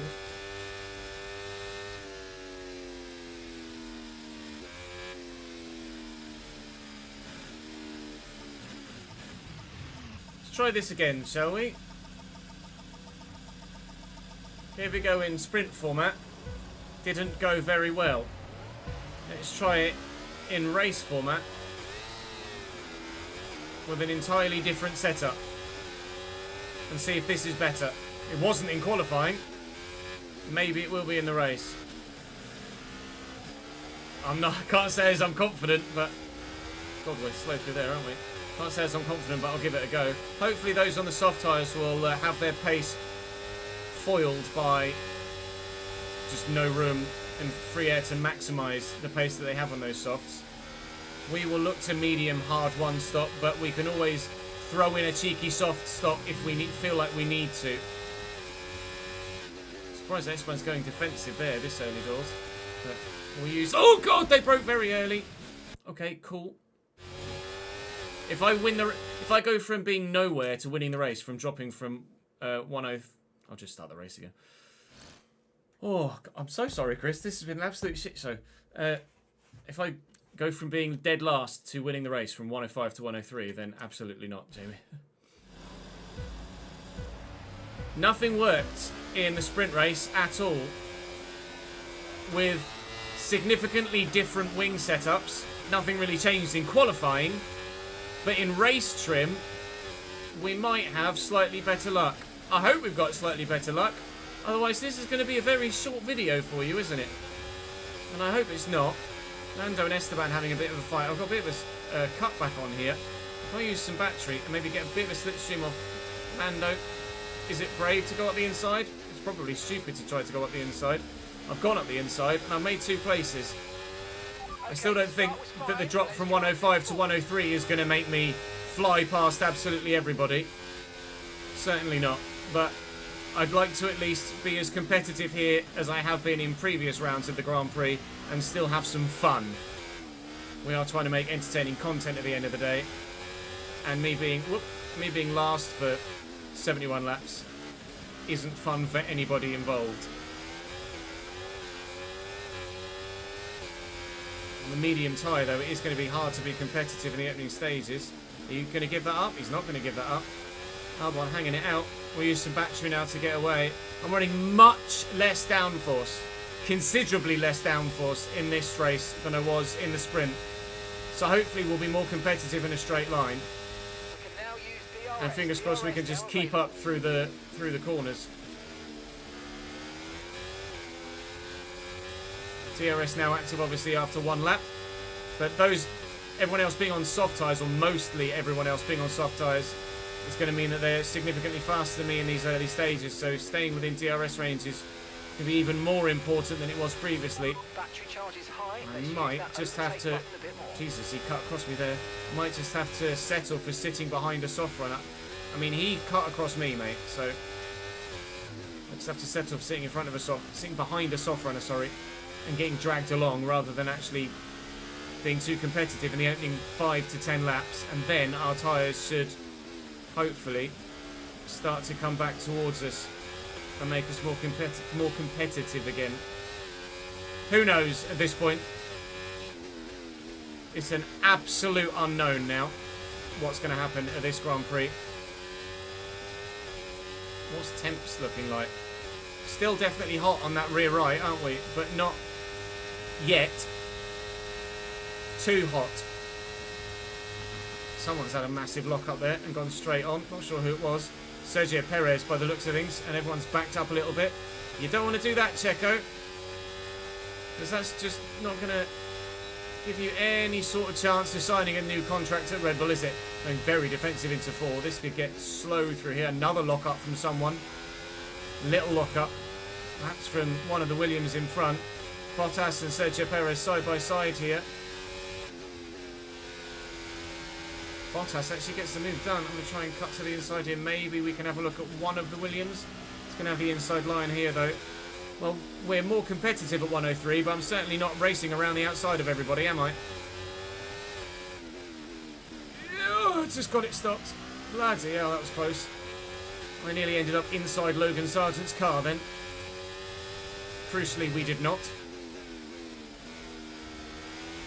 Wonder what would have happened in the sprint if I'd have just used the medium tyre. I probably would have just got dropped and disappeared into the background. But, oh well. We live and learn. We'll be back up at 105 for the next race at Las Vegas. Don't worry about that. Gap to your teammate ahead, 5.2 seconds.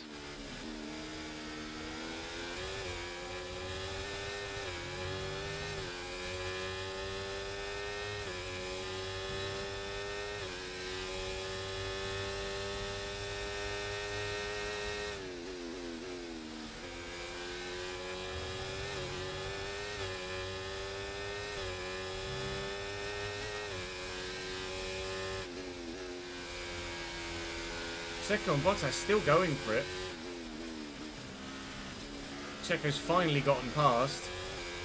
I wonder if he'll actually be able to get away though, or whether Valtteri with DRS up to the first turn will just see him off again. Or stay off the grass on the left hand side there when trying to brake in a straight line. Otherwise you'll end up just losing the rear end on entry and throwing time away hand over fist. We're all right at the minute. We're all right at the minute. Although, because of Bottas and Checo battling, there has been a sizable gap open up already in that position. Do I? I'll go to the outside. I've not quite stopped it in time, have I? Oh, Logan, don't just cut across me like that. Jesus. That was nearly like Verstappen and Esteban Ocon all those years ago. Except this time it was for position. That's for position 2. Hello, Alex. He took advantage there, didn't he? No waiting around by that, Williams. Okay, focus. We need to stay on form.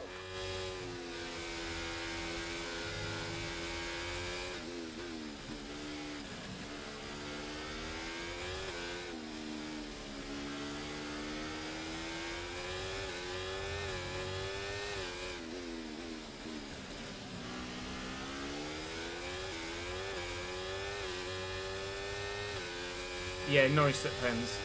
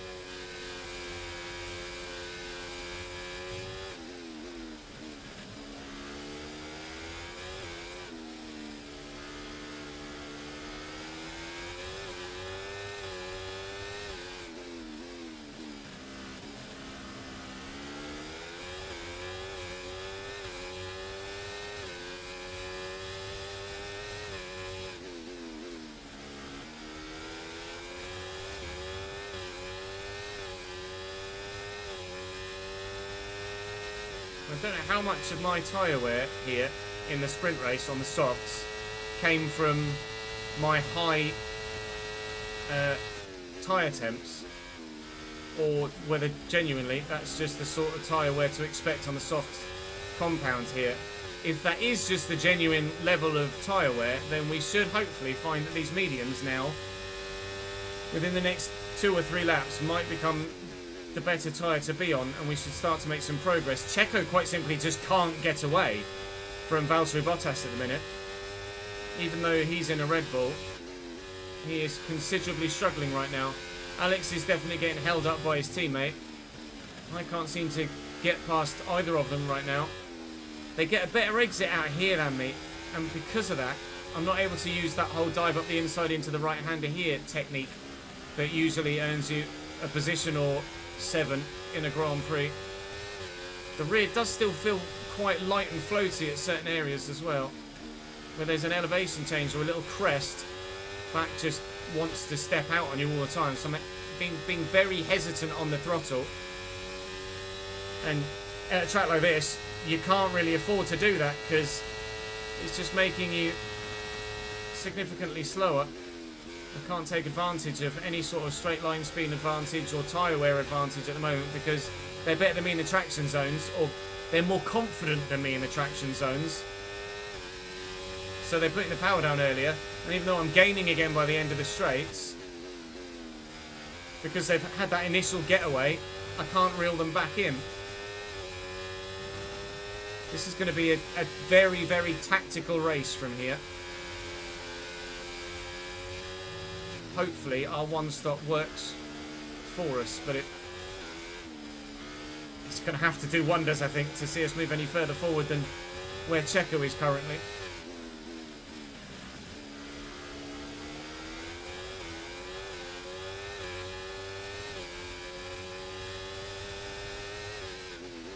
Right, we need to get past here. Use overtake. Use overtake. Kind of hoping that when all the soft tyre runners box, that Lando can just kind of drag me along, because Lando on the mediums will be going longer. Right, the gap to the teammate ahead of us. 6. And if I can just stick with him with DRS, then we could hopefully bring the strategy back to us.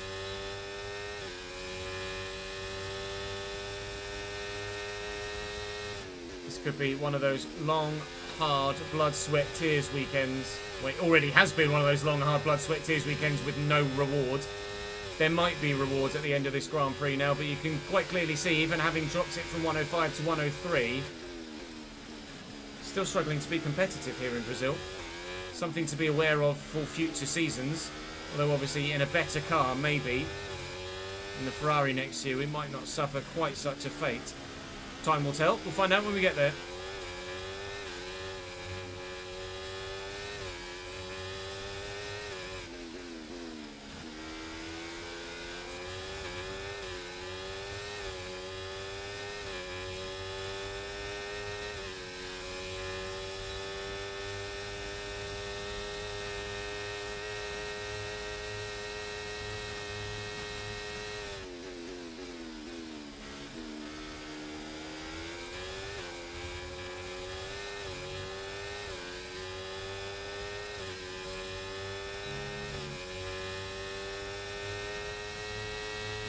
Wow.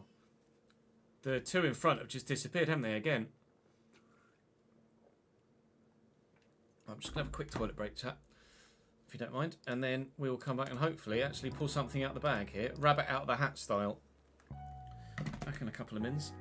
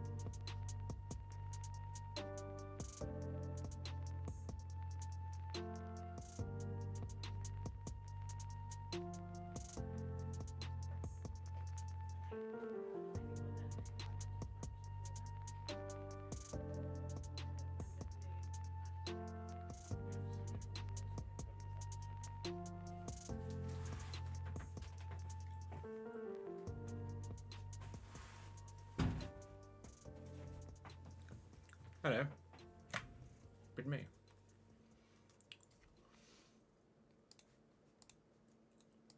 Right. Let's try and not be shit still, shall we?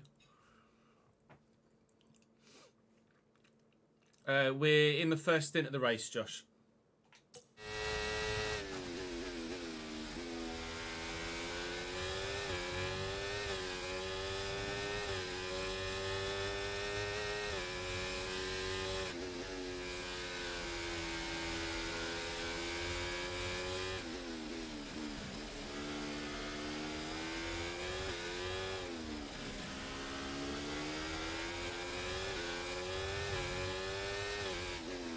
Hello, Alex. I'm getting a bit frustrated here. I don't know whether it's a good idea or not, though, to get aggressive, because if we get cut off from those in front, then we'll end up falling backwards again, just like we did in the sprint. I might be... A lot of spare energy. Okay to use your overtake button. Might be better suited, quite literally just biding my time and waiting.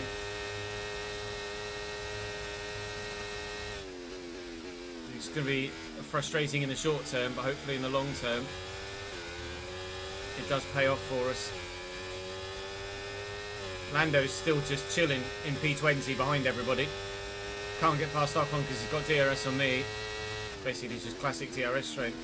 Tsunoda's starting to fall backwards now. Or is that Tsunoda trying to make move? Well, no, Tsunoda's fallen backwards. This Logan Sargent making a move on him there, which is odd because Tsunoda's on the medium tyres. Alright, we might have the opportunity to go for a lunge here on Alex again, maybe. If I can get a decent exit here. Which I haven't gotten. Okay, good. Cool. Lap 11 of 71. It is a grind right now. This feels like the Haas of old, not the Haas of new.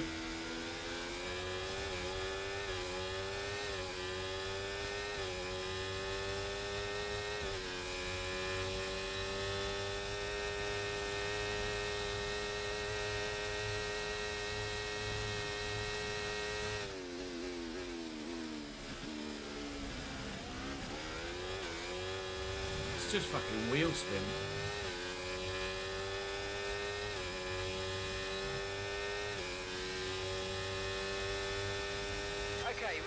bonds ahead of you. We don't want to let this hold us up too long, so do your best to get past and get on with the race. Try.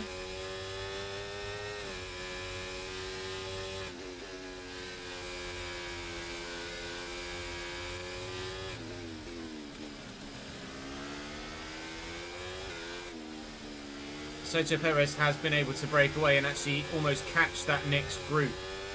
So quick has that Red Bull been for him now that he's shaken off the attentions of Valtteri Bottas. What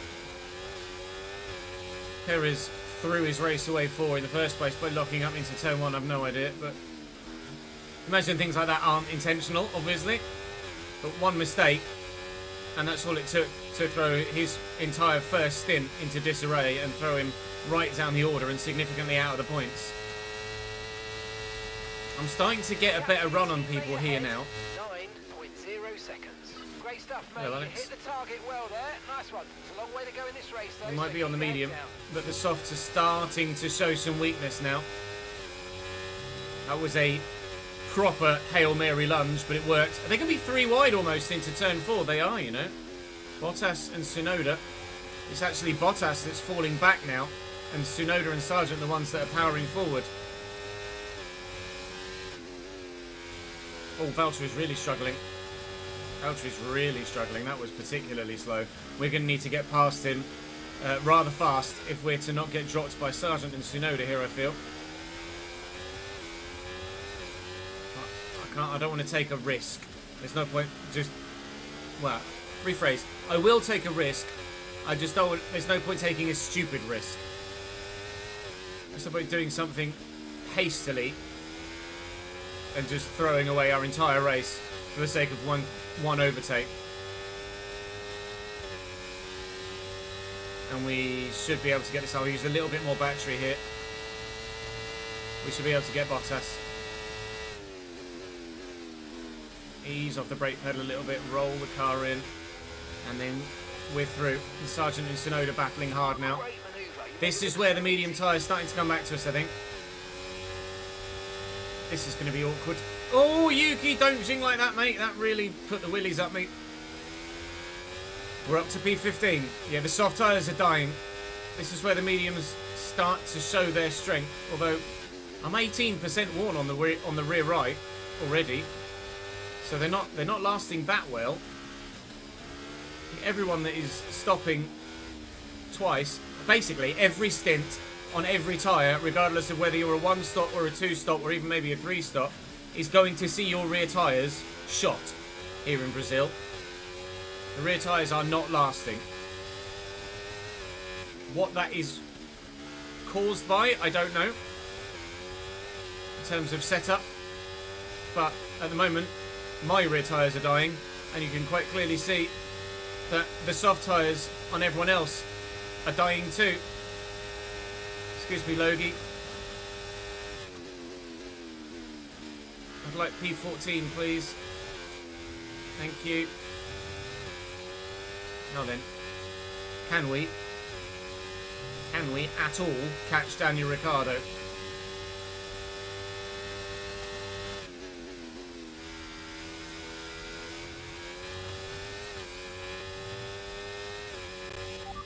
It's Ricciardo ahead of you. Okay, keep an eye on that gap ahead, please. 1.9 seconds. Okay, they're on old softs. Okay, we think they've got 2 stops remaining. 2 stops remaining. They seem to have an issue.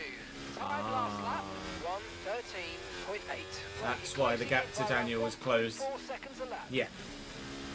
Daniel is struggle passing right now. Clearly a power issue of some description. And we should just have gotten within DRS range now as well, which will help. And we're just out of DRS range of Logan Sargent as well, which is even better, I think. We might just have done that on this lap. Checo making even more progress. He's passed Zhou Guan Yu now, and Daniel is really slow in a straight line. Tsunoda and Sargent having a bit of a battle. This should be very, very easy to take Daniel now into turn 4. We'll try and close on those a little bit further up. Checo's on mediums too, which is going to help him in terms of his competitiveness at this stage of the race, similar to myself. 5 seconds to gap to Zoe. He's going to get dragged along a little bit by Checo, though, unfortunately. We might now have the upper hand tyre wear-wise, but then they'll all box off those soft tyres and have a significant upper hand. And then at the end of the race, there'll be a much fresher tyres as well when our hards are significantly worn. We may well run another set of something else at some point in this race, whether that's a soft or a medium. I don't yet know. I don't know what tyres I've got available to me, actually. I'll have to have a look here. I've got new hards, I've got new softs, and that's it. No other medium tyres available to me right now. So we're just going to have to make do. But Zoe is now out of DRS range of Checo. Right, keep pushing, So keep gaining on the car ahead. fingers crossed that gap should continue to come down to him. Now I'll try and use my battery as intelligently as I can to ensure that the gap does come down. When they're set to box off those softs, I don't know. But it can't be too much longer.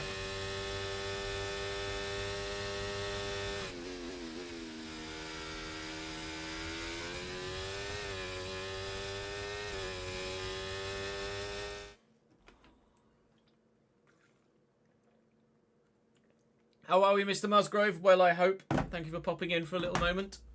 How was your weekend? How did you enjoy it, mate? Pretty memorable one, wasn't it? Was it your first British Grand Prix as well? Out of curiosity. If it was, not bad for a banger of a race. Yeah, really struggling with traction, Josh. And the curbs just keep spinning me out in ways that they haven't done in previous games as well. Might be that the ride height needs changing with a new patch. The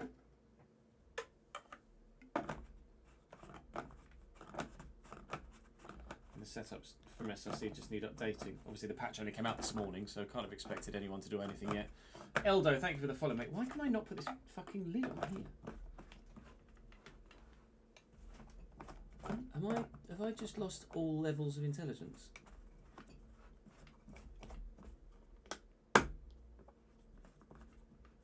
What in the fucking world? Chat? What the fuck?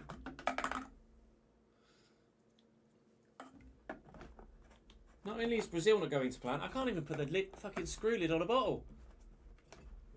Thank you. Jesus Christ. Nice copy pasta, Jamie. Oh, Jordan, I like that, actually. It was your first Grand Prix as well, mate. As first Grand Prix go, they won't get much better for pure entertainment.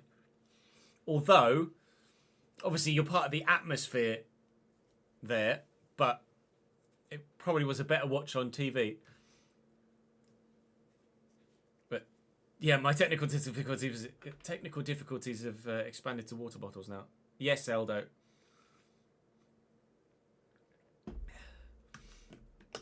Reese, on a scale of 0 to 10, atmosphere when a British driver makes an overtake and the cheers go up. It's off the scale, isn't it, at Silverstone? The noise when Lewis makes an overtake, or Lando makes an overtake, or George makes an overtake. Nothing I've ever experienced at a football ground. Still, it's unbelievable.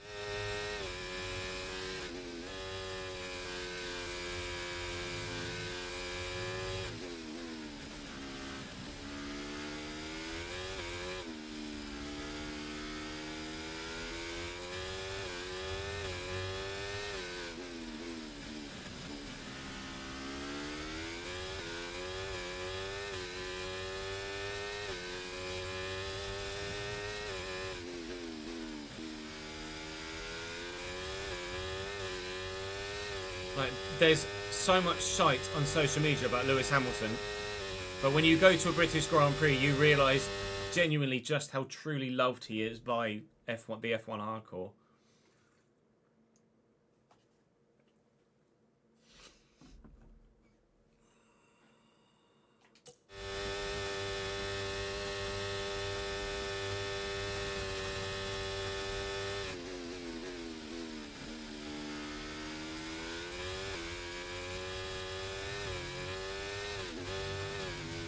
Tinder, fuck.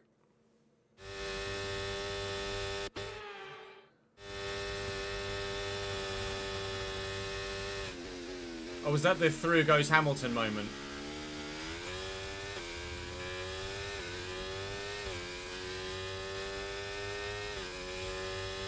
Now every overtake is celebrated like a 95th minute winner. Okay, so gap to the car ahead. It's crazy. 4.0 seconds. I think Max has boxed. Max has not boxed. Max started P11. What? Oh no, of course he did. He had the penalty, didn't he? Ignore me. No worries, Reese. Catch you later, dude.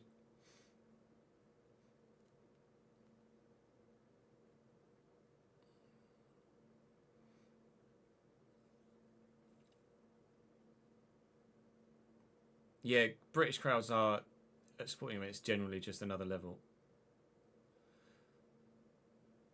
That said, football fans in places like Germany are another level yet further still. I don't know about Formula One and etc. or wrestling or whatever, but football crowds in Germany are mad for atmosphere.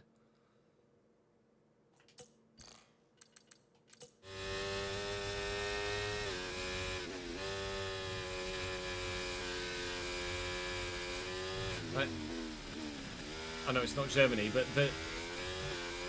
the noise that was coming out of the Switzerland fans, that wall of red behind the goal the other night.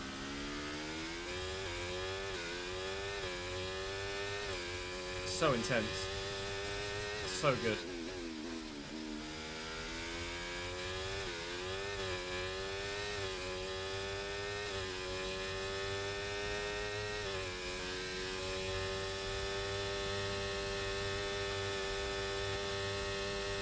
Yeah. Coming up with chants and songs rather than just going USA, USA or defense, defense. Oh, in places like Turkey and Greece and South America, they're just mental. You're lapping around a second faster than the car ahead. Keep this up. Right, the gap to the teammate ahead of us. 6.7 seconds.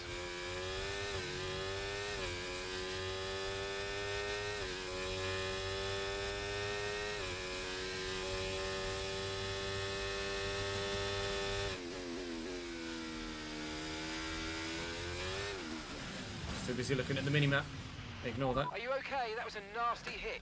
Turn the engine off and wait for the marshals. Rocket League Ultras. I have not seen a video about Rocket League Ultras, no. I'm still reading chat.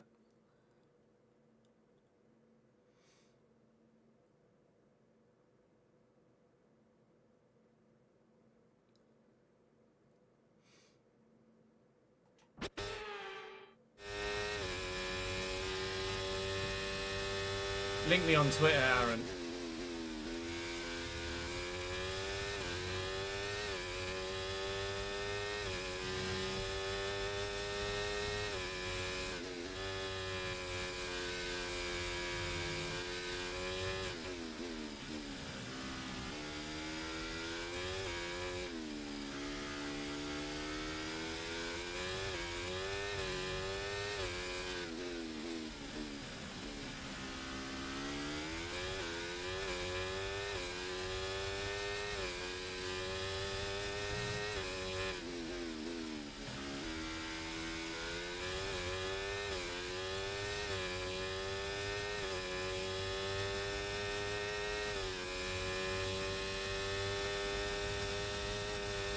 Kevin's now been taken by both Red Bulls, and never mind, Kevin's back ahead of Checo Perez. Having a bit of a ding dong there. The soft tide runners are dying now, very much so. You're increasing the gap on the car behind by 0.5 a lap.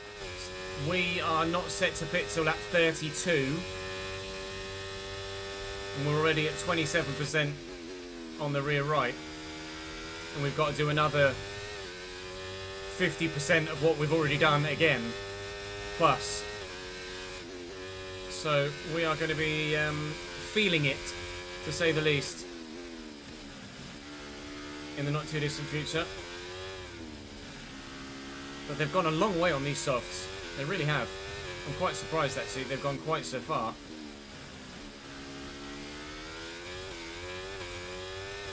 Because they're comparatively for pace right now, they're absolutely nowhere. The undercut, well not the undercut, just the extra stop must just be so strong compared to the one stop for most drivers. Not for myself, with my tyre wear and tyre temps at the moment. 112 degrees on the rear right. There you go, Russell and Sainz in, off their softs onto mediums. The first stops are starting to happen on lap 20. So now is where we become from the hunter to the hunted. And they'll box and come out behind us and start to chase us down again. We'll whack on a hard set on lap 31 or 2. And then we'll go to the end. And unless something crazy happens, that'll be our last stop. The car behind's just boxed for mediums. Car behind on the medium tyre now. But we will have soft sets available to us if there is the opportunity to go to a soft set for a stint of some description late on in the race. I wouldn't want to do as many laps as this lot have done on their softs, that's for sure. But I'd be open to doing a 10-lap stint on softs if we feel like we're a couple of seconds a lap quicker and can make back that pit stop loss. I'll have to ask live chat actually what the pit stop loss is here in Brazil.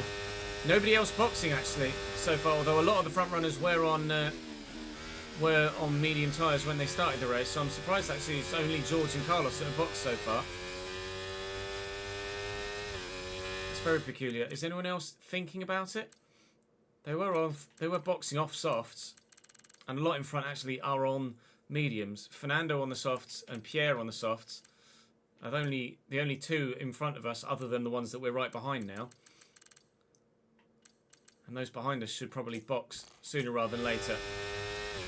But the longer these soft runners go, the better it is for us, because we're more competitive right now than they are. And I need that. If we're to make this one-stop strategy work, I need to be more competitive than them with a tyre advantage for as long as possible.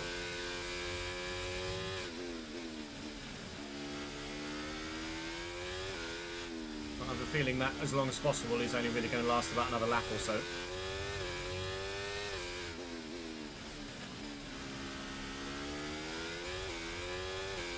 Fernando is in from the lead of the race. It's not even lasted half a lap. They're in. It's happening now. Yep, there you go. Gasly's in as well. He was the other one on the softs, wasn't it? Kevin's in too. Zhou, however, intriguingly, is not. Does that mean that Valtteri's coming in from behind and they're prioritising actually the car that's further back? Zhou currently running P7. They are prioritising Valtteri Bottas at Sauber. That's intriguing. Or maybe they're trying to protect him from the group that are with him, because he was at the front of a handful of cars and they don't want him to get undercut. So actually it does make sense to box the further back car first, before then boxing Zhou this next lap coming up. I'm going to have to overtake him through the middle sector here, unfortunately, because he's just going to be so slow that I'm going to lose more time being stuck behind him than I am going to gain by having DRS down to the line. Intriguingly, we're actually closing on Sergio Perez, though. Right, we need to get past here. Use overtake. Use overtake. He's still got better traction than me in the traction zones, just around the corners. He's not got the turning power. George Russell's arriving, though, isn't he? Look, 1.3 seconds behind and closing fast. Very fast, as it happens. Jesus Christ. So we'll have DRS here. Whoop, steady. Zhou Guanyu will box, and we'll race off into the middle distance. And George will very soon be past me as well. Fernando Alonso's right behind him too. Russell sets the fastest lap of the race with a 1:10.3. I just did a 1:12.2. So I'm effectively 2 seconds slower right now than those on fresh mediums. And that was with DRS on Zhou Guanyu, although I did get held up in the middle sector, I guess.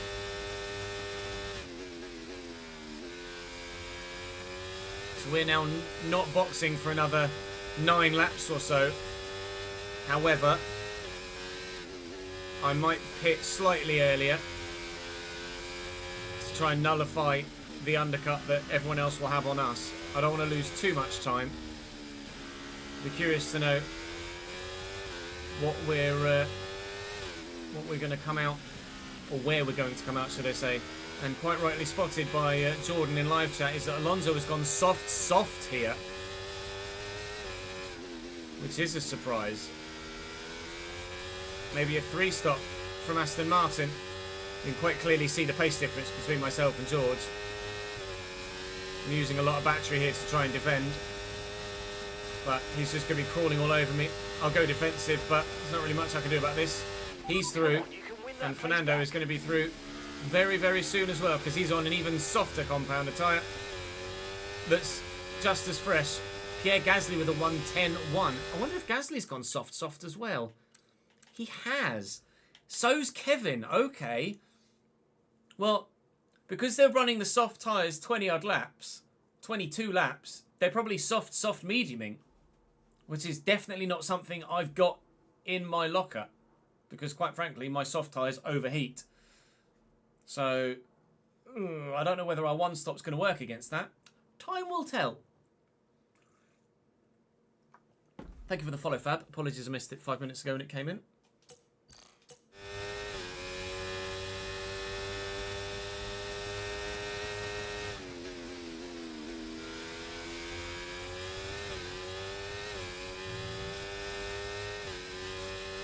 When did it? It says I'll come out 17th at the minute.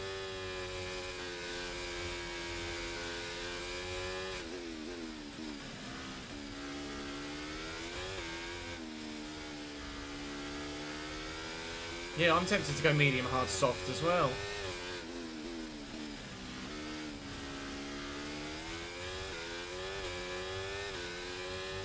Chat, do I box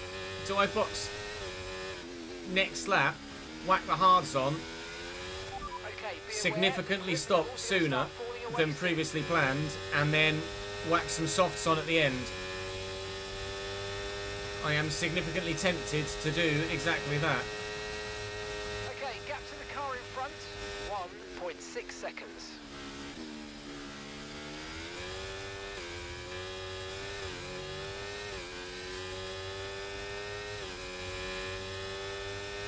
Come on, Fernando, through you go. I'm going to box this lap. Right, let's have you in at the end of this lap, please. I'm going to go, rather than do the medium, hard 1-stop, we're going to go medium, hard, soft 2-stop.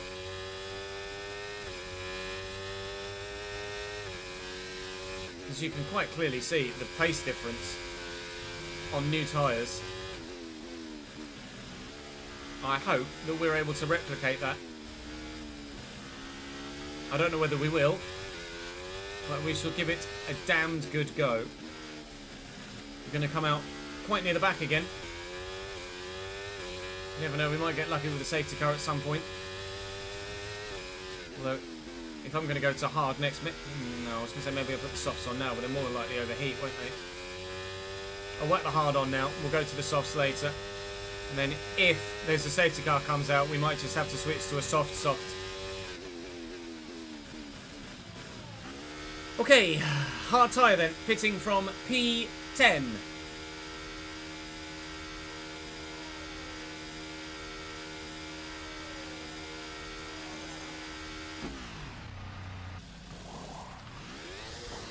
Okay, go. Perfect job from you and the crew there, mate. We're delighted with that. That was our last stop. No more scheduled pit stops. Let's go.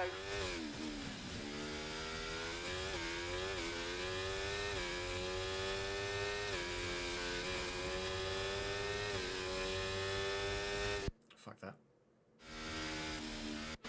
This pit lane's so weird. It's such understeer. Fuck me. Come on, Ches. Sweet life, Al.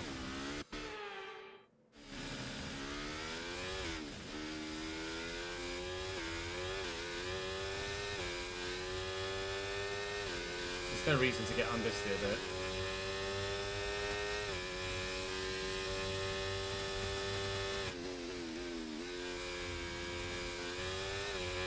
So we're out in 15th. amongst the soft runners at the moment. Lando, 10 seconds down the road, is still going on that original set of mediums. So he's, I presume, still running the one stop that we were previously scheduled to do. So he'll be stopping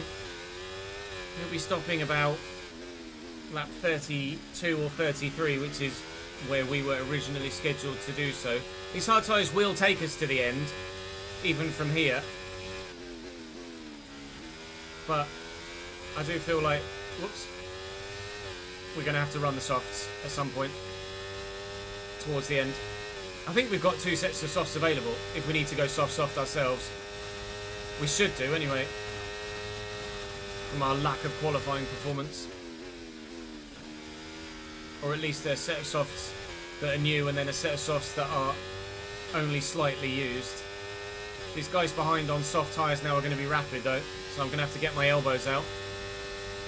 And my elbows might not be enough, really, but as long as I can stick with them. This then, I believe, is probably our next position, because everyone now has 1 stop left to make. Unless we do decide to not stop again, for whatever reason. But I imagine we'll be stopping around about that 61-ish to whack on a set of softs.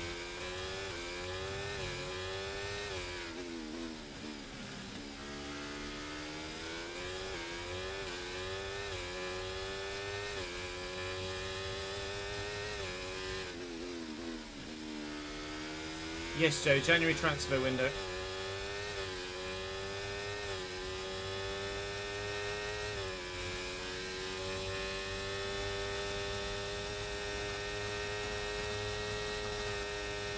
Okay, you're losing a small amount of time to the car behind. Let's keep pushing.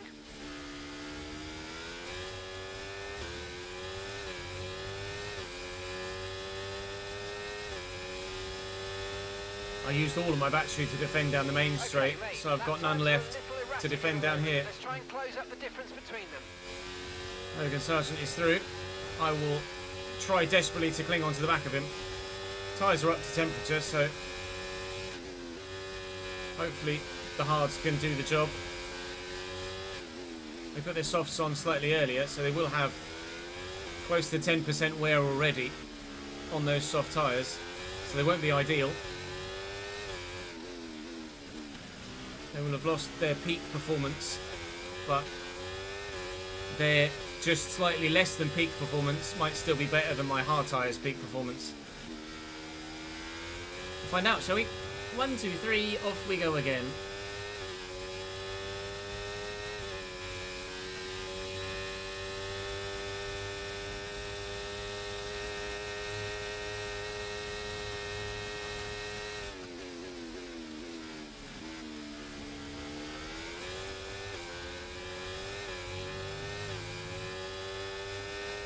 Evening, Brandon. How are you, mate?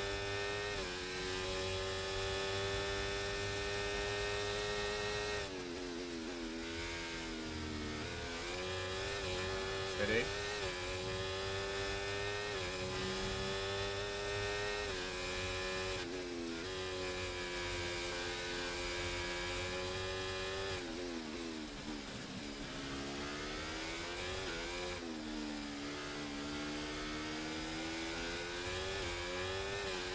Use your overtake button more. It's time to utilise some of this energy. Come on.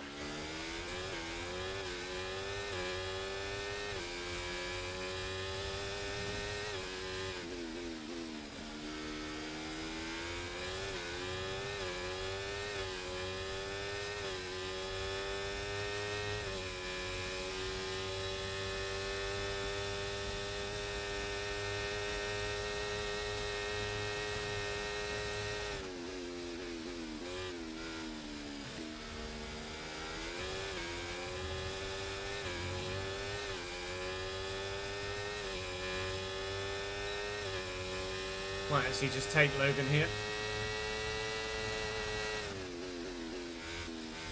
Got the ERS and DRS to do so, so just get the job done. Yuki might still be going on his original mediums at the moment. He is. Yuki and Lando, basically everybody else that started on a medium, is still going on that original medium set. I'm the first one of that lot to box.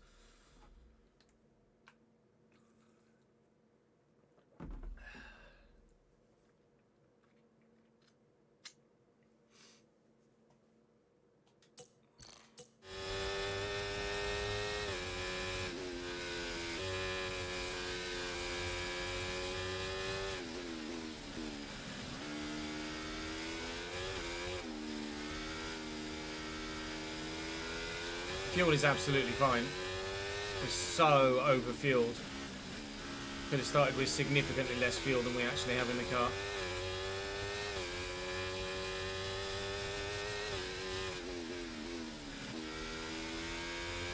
I could probably have taken a lap and a half's worth of fuel extra out.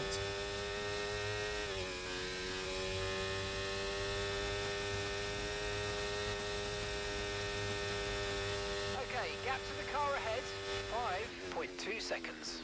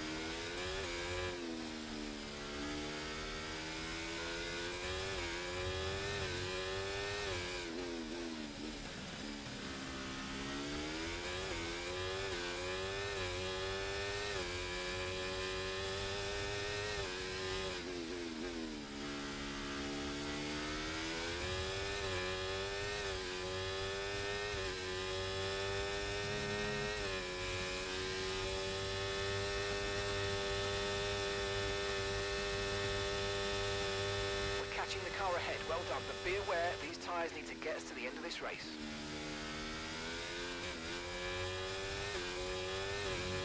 The car behind is dropping back by about 3/10 a lap, well done.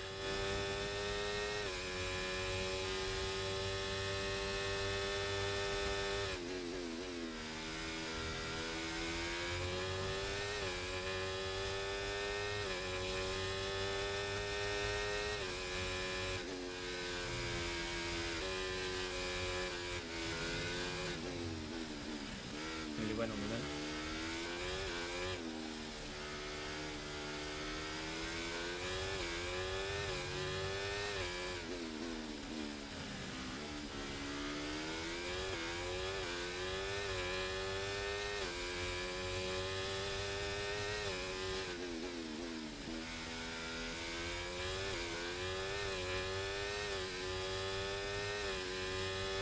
They put those softs on lap 22, I want to say.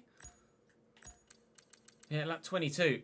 Those softs are going to be dying already. Especially comparatively to the hards. They're going to be 11 laps old now. Their wear is going to... The wear on the soft is so high around Brazil. But they still run long stints on it. These mediums are 6% worn rear right. Okay, here's the gap that we're trailing the car ahead by. After 2.0 seconds. Can't remember however many laps we've done now. When did we box? Lap 27, maybe? Lap 26. So they're going at less than 1% a lap, but obviously there's still a long way. There's still a long way to go. So we will almost certainly put the softs on again at the end of the race. And just hope. We have to factor in the fact that we know that the softs aren't going to last very long. So we'll only do it if we believe we can gain that stop back again. Otherwise it might just be worth soldiering on with really worn hard tyres. But I can very much imagine it's not going to be worth soldiering on with very hard worn tyres. So the medium runners from the front are now in.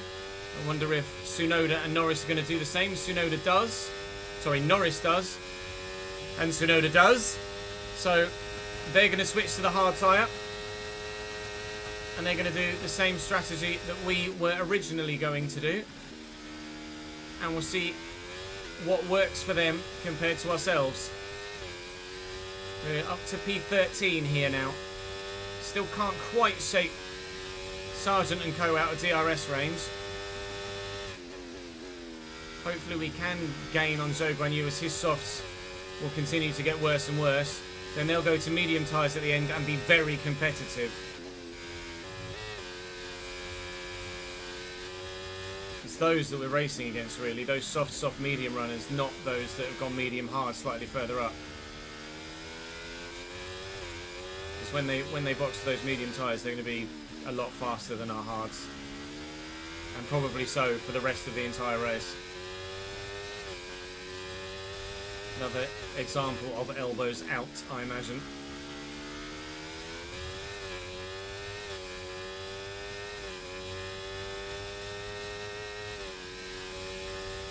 Checo's in slightly later off his medium tyres onto a set of hards.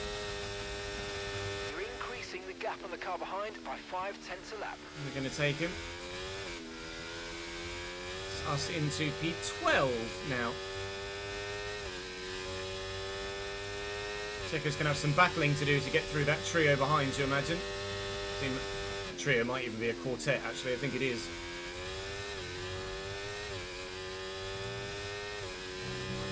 Coming out in front of that group. It's pretty race critical, actually. Not losing any time trying to battle through them or stick with them and get held up as they fight. We got overtaken by Sargent and then we're able to take him back again and then pull away. Sargent is now falling back through that group, actually. It's Bottas and Ricciardo that are now behind us. We're still closing on Zhou Guanyu. I think we're probably on for like a P13 or 14 finish. Which is not great, but it's not bad either. This has very much been a for the content kind of race, hasn't it?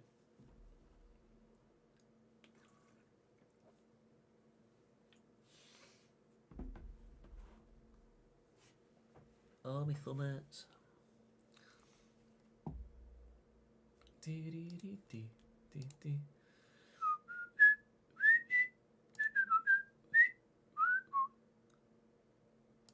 Oh my god.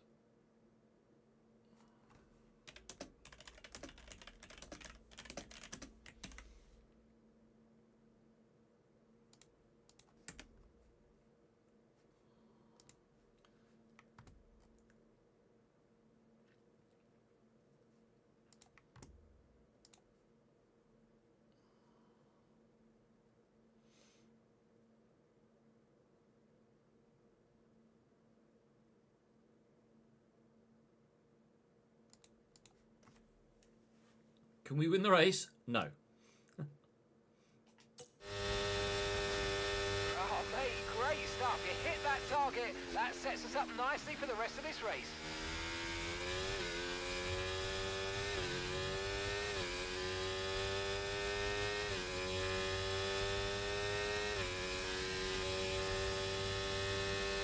Okay, keep an eye on that gap ahead, please. 5.2 seconds.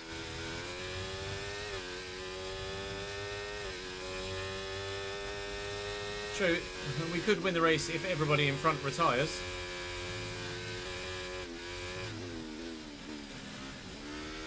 Well, I don't think we're going to be that lucky though, do you? I don't think anyone has ever been that lucky. Apart from maybe Olivier Panis in 1996.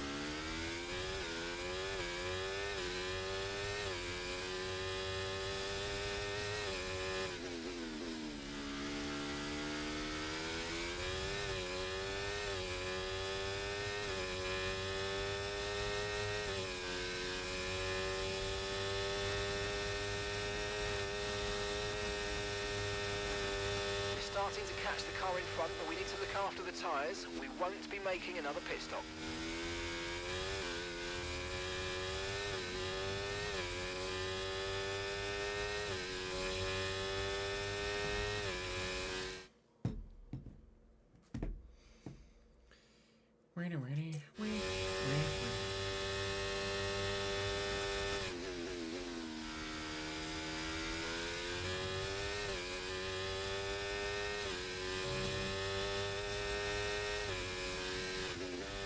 At the moment, the Ferrari isn't very competitive, though.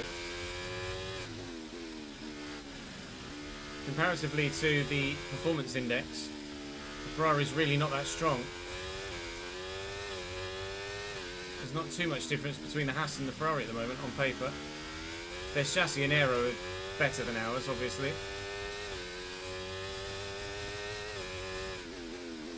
I'm not sure who's going to have prepared well for Season 2 and who hasn't.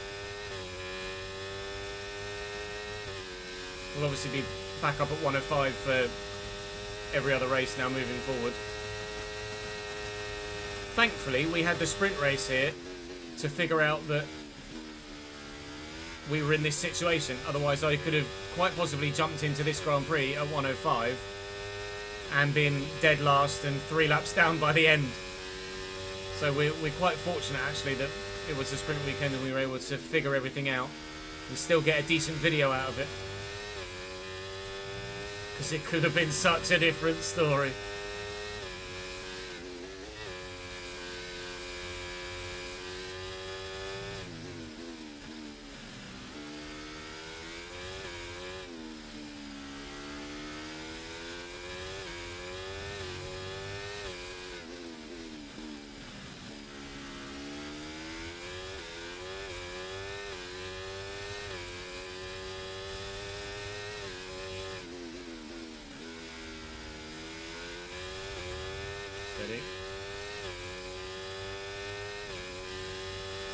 Battery charge is high. Let's use that overtake button a bit more. Okay, so gap to the car ahead, 3.2 seconds.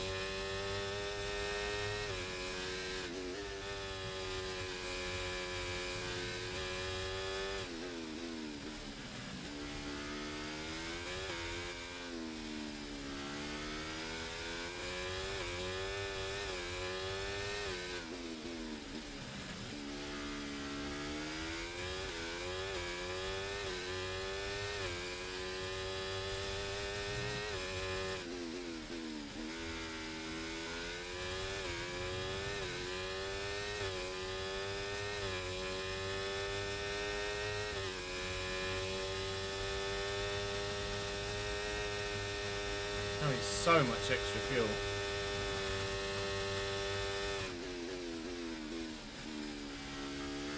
Pulling out a second a lap on the car behind. Really good stuff.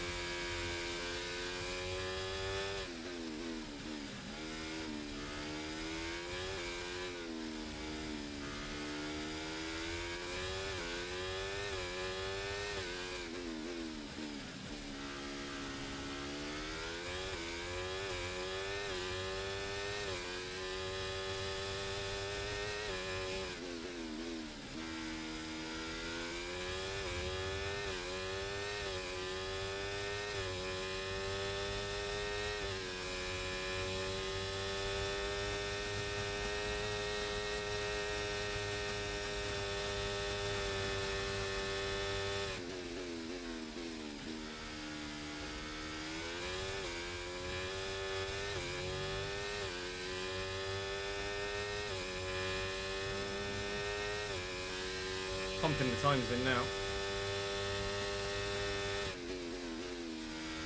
I feel like I've not really said anything for about 3 laps because I've just been concentrating so hard.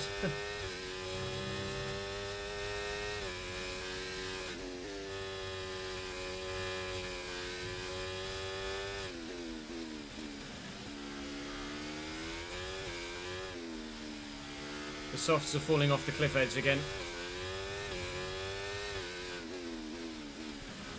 Significantly faster than those on the red marked tyres right now.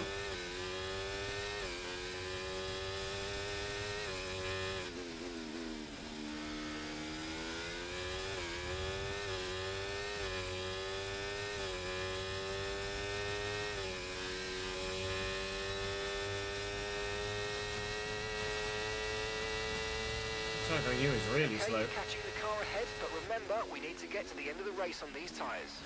Don't hit me, so... Whoop. Don't hit me and I'll try not to hit you. My back end stepped like a line dancer then, just going sideways. We've made the position though, and we should keep it now. P11. We'll take Kevin in P10.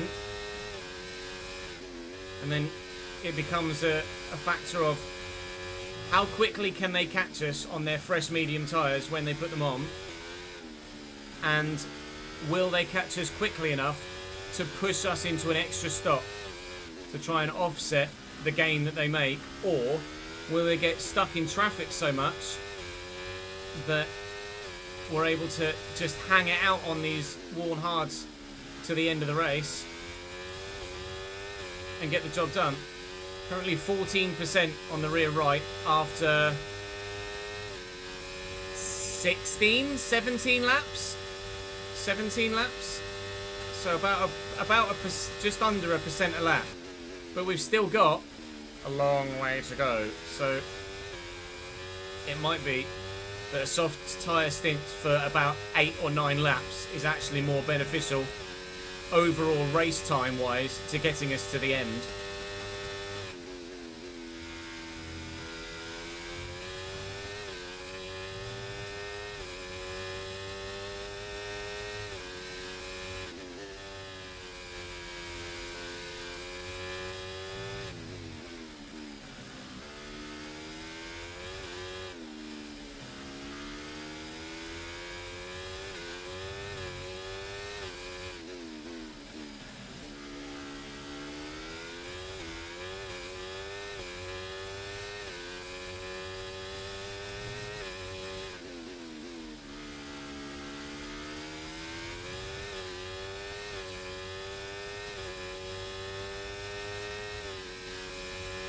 Oh, they're in.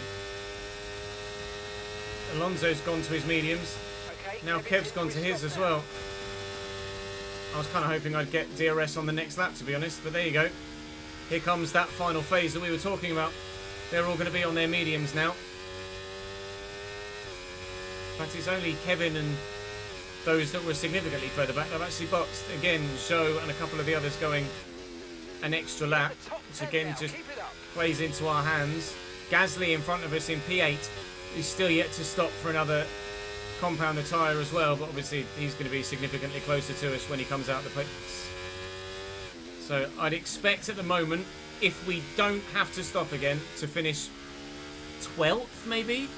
If we do have to stop again, we could get ourselves back to P10 potentially, but it would very much depend on how much traffic everyone else gets stuck in their final stint, and whether we're able to manage a gap as best as possible, to have as small a gap as possible to try and overturn when we come out, if we do the extra stop on that last set of soft tyres.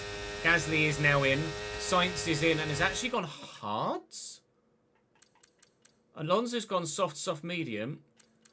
Sainz and Russell have gone soft, medium, hard. So the wear on the Mercedes and the Ferrari is not as good as the wear on the Aston Martin, which is intriguing. So what will Gasly, Zhou and co do? Kevin's gone soft, medium. Everyone else has gone soft, medium. But they've gone soft, medium, hard. It must be that those that got through to Q3 had one less set of brand new soft tyres. That'll be why. They don't have another set of softs to go to, so they're forced into running the hard. That's fine. We figured it out. We normally play at 105 Thresh, but we're currently at 103 for this Brazilian Grand Prix because I am, for some reason, significantly underperforming. I.e., I qualified at the back, was a couple of tenths slower than everybody else, and it would have been 71 laps and me being last. So we dropped the difficulty from 105 to 103 to be able to at least make a half-decent YouTube video out of this one. And I'm on controller. And gap to the car in front, 4.6 seconds.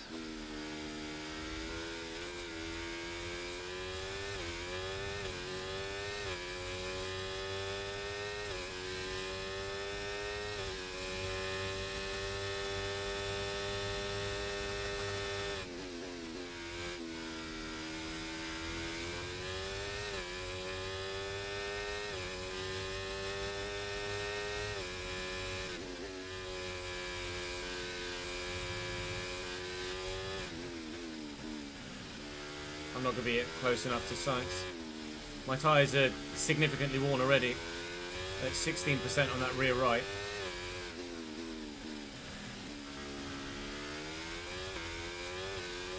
My best hope is hanging on to the back of Perez.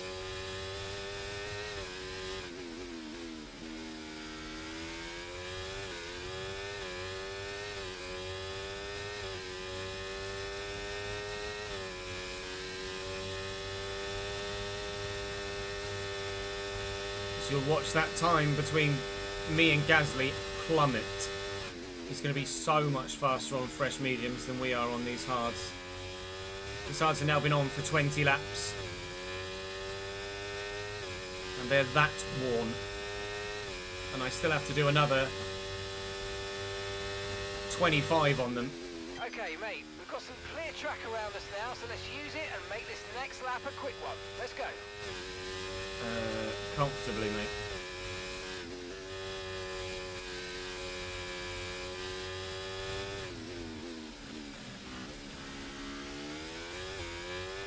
Yeah, I don't think Perez and Gasly are going to fight that much. Gasly should just be able to breeze past, to be honest. Pierre has been rapid, hasn't he, the past couple of races? We've got a lot of spare energy. Okay to use your overtake button.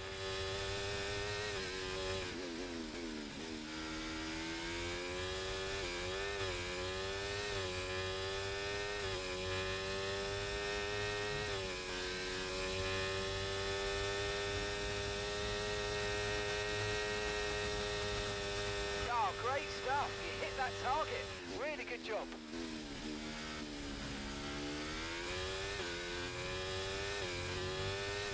I think Sainz made a mistake, because that gap was 5 seconds. It's now 3.7. I think Carlos Sainz is locked up at turn 1 here. No? Must have made a mistake somewhere else. Could have sworn that gap was up at 5 seconds, and now it's 3.8, but never mind.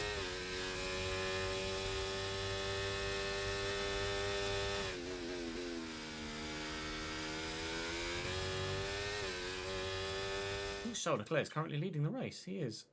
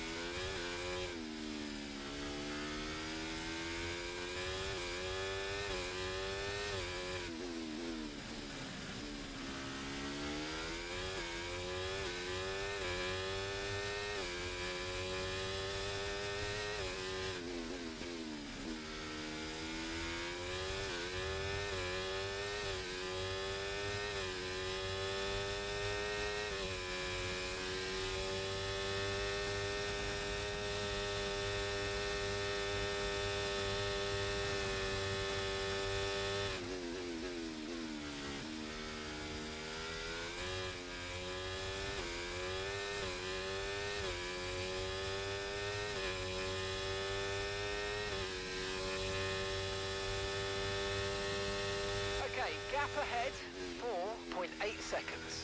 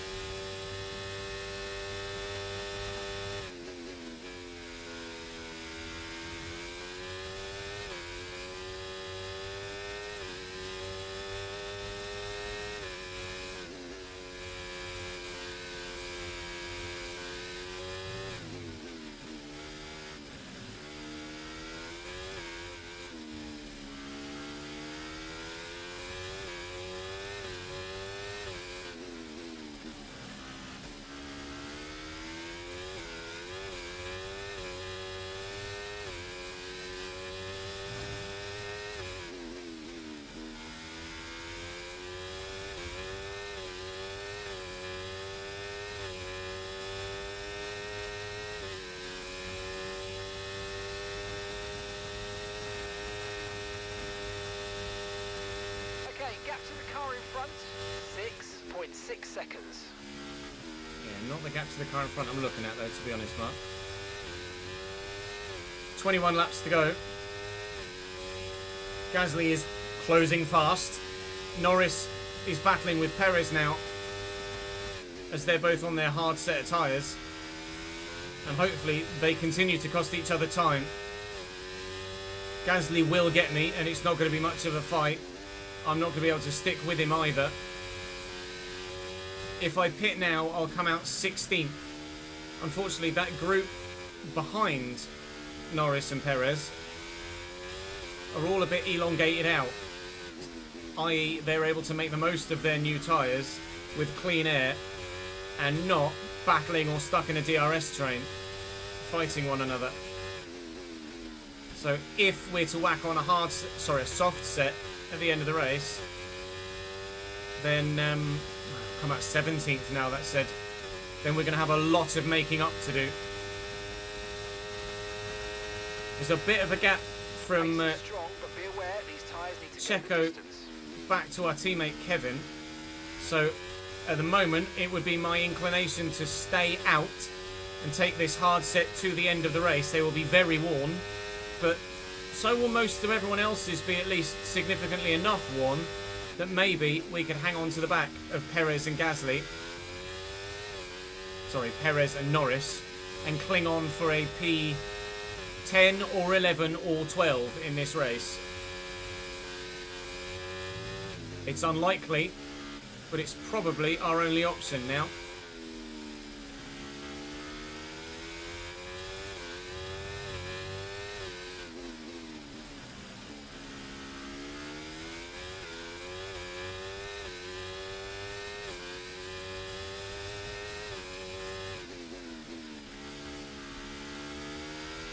Yeah, soft only if a safety car comes out. You're right.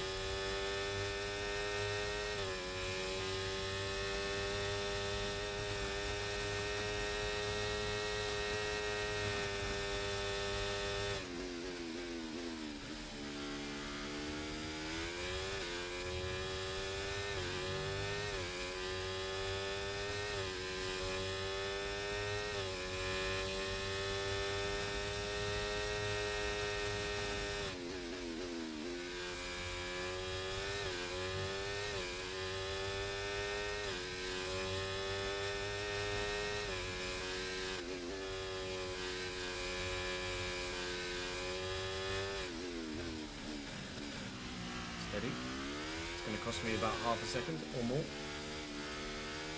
Cost me about a full second. Oh, good.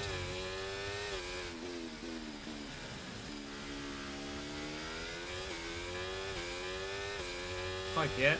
He's with me now.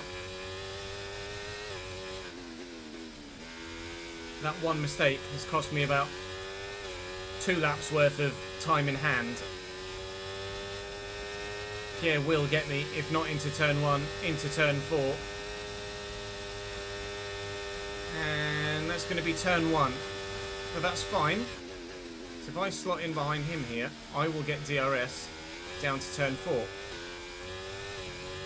I'm pretty sure Pierre Gasly is significantly fast enough than me to extend this gap beyond the second by the time we get to the end of the lap. But I'm going to try my absolute best to hang on to his DRS if I can, and maintain as much of a gap to Norris and Perez that are still battling within a tenth of each other as I possibly can. We can already see that Gasly's up to over 9/10, so no, I'm not going to have DRS on Pierre Gasly at the end of this lap. He's far too fast on those new mediums, but you probably knew that anyway. And the gap behind has basically stayed the same as Norris and Perez continue to fight. I say that as Lando's now just pulled about half a second on Sergio Perez, and that gap has come down. The longer they keep fighting, the better it is for me. You've lost some time to the car behind.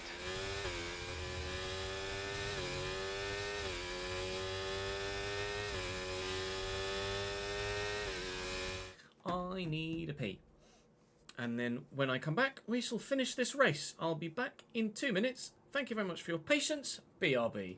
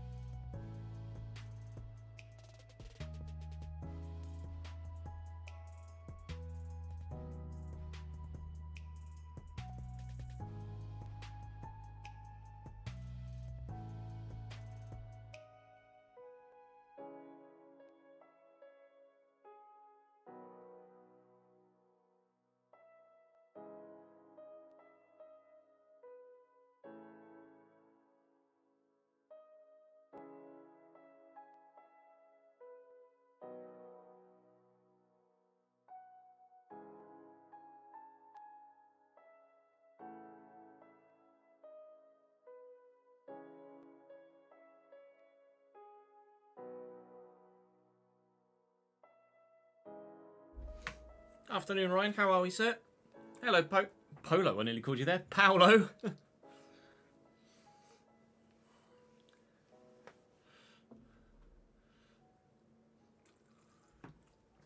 Just practice, Thresh. Just practice. I'm sure if you dedicated the time to it and did some research into how you can improve, you'd be able to get up from racing at 70. I always used to be a race at 90 kind of guy. Then managed to get to a race at 100 kind of guy. And now I'm a race at 105 kind of guy. Apart from Brazil, apparently, where I have to drop it to 103 this year. And Monaco, for that matter. Because I'm fucking shit at it. But part of the entertainment for the content is that I'm shit at Monaco, I guess.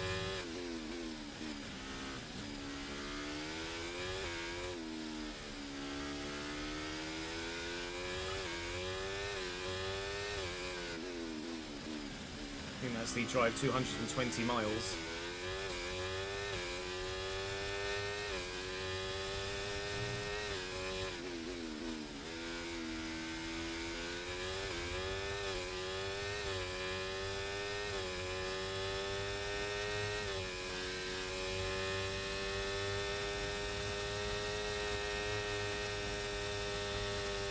Okay, gap to the car ahead, 2.2 seconds. Gap to your teammate behind, 7.2 seconds.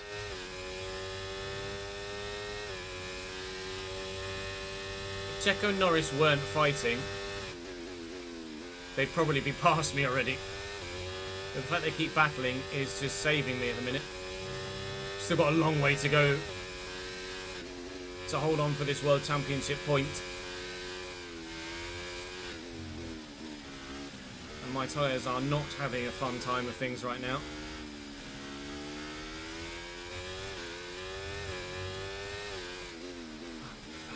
I know we're living and hoping on the if at the moment. The if keeps us going. Let's use overtake and burn off some of this energy.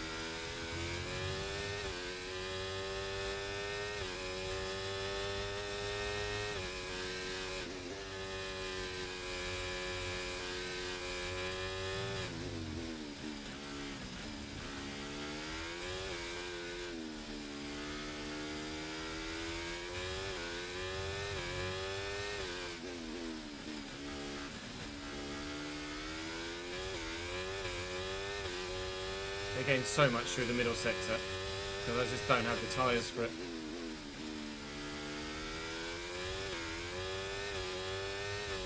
Checo's actually gapping Lando now as well. He's got about, well, he's got more than half a second in hand. Oh, I desperately want to hold on to this World Championship point, but I really don't think I'm going to be able to. Elbows out with knives attached to the end of them. Maybe we can hold off Sergio Perez till the end. It might be a Fernando-esque style defence, a la Brazil last year in real life against Sergio Perez. Lando Norris is going to keep fighting hard for that position as well, and Kevin Magnussen is closing on the three of us too. It could yet be a P13 finish, not a P10. Hello.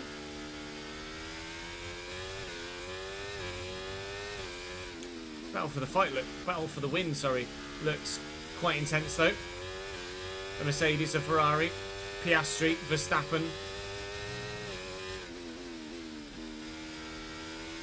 Alonso, and the other Mercedes.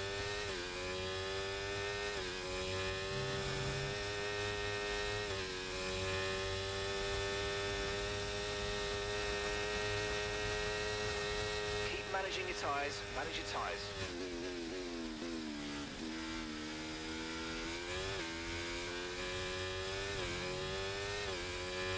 Yeah, I'll come out last if I pit now.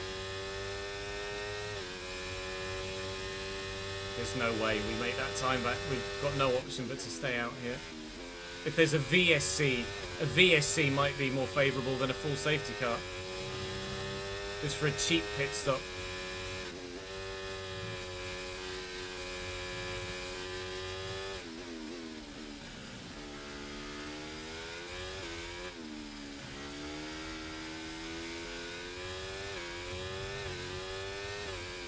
Someone wants to lock up or clip a wall and leave some damage, some debris on the track.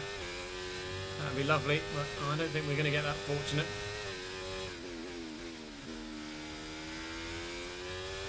Perez and Norris really are changing places almost every single lap though.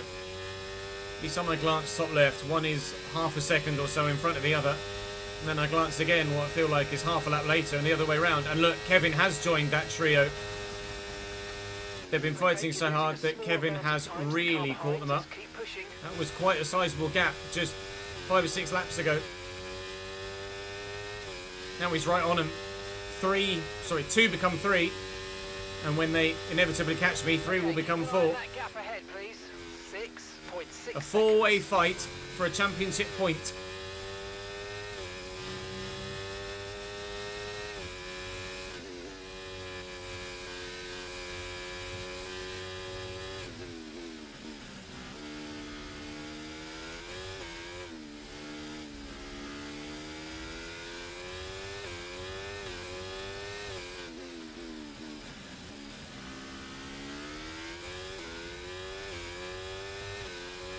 Feel free to do your safety car dances now. There's the safety car at this stage. We're we're very happy.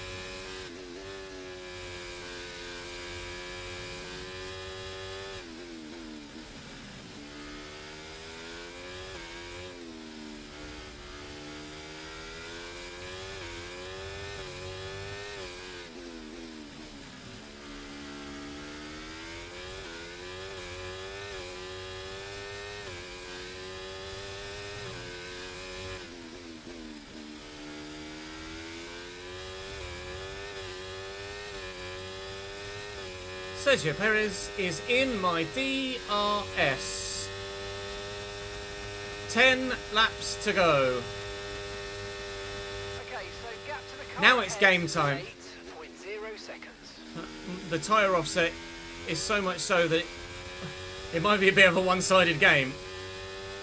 I can get my elbows out as much as I like, but I have a feeling by lap 64 I might be 13th.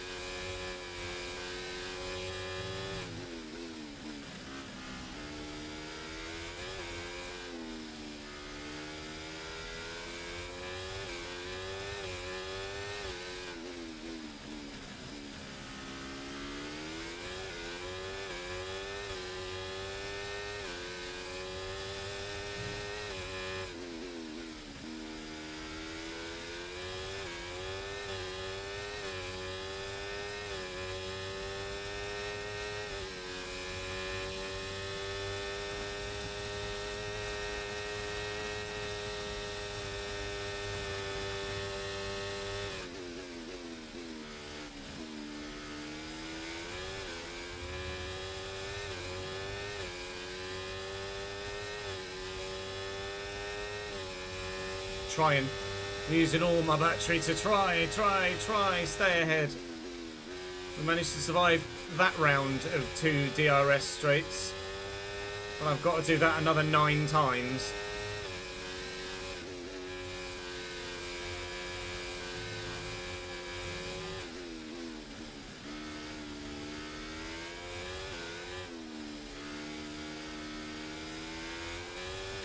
I'm now very much the head of the train. There might be a thumbnail in this somewhere.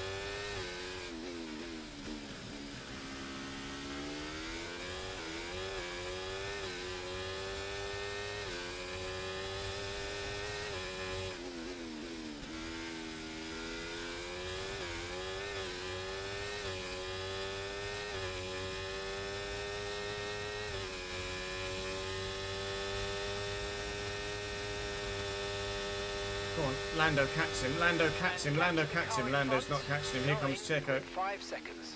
He's going for the lunge. He's turned into me, but thankfully we've escaped damage.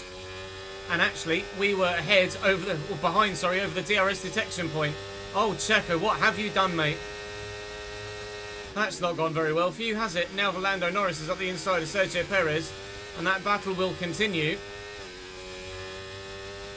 And I'll try and get down the road a little bit.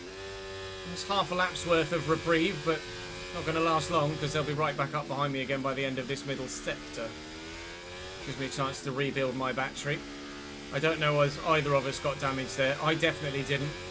I think it was just wheel to wheel rather than wheel to body part. Thankfully.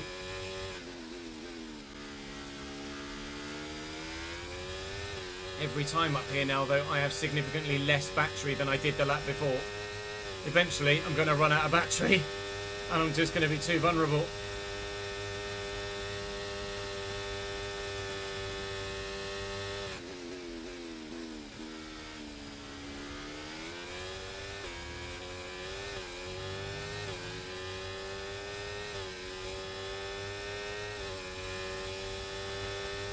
Even with battery now, I'm starting to run the risk of getting caught or overtaken. I've already been caught. That train's already left the station.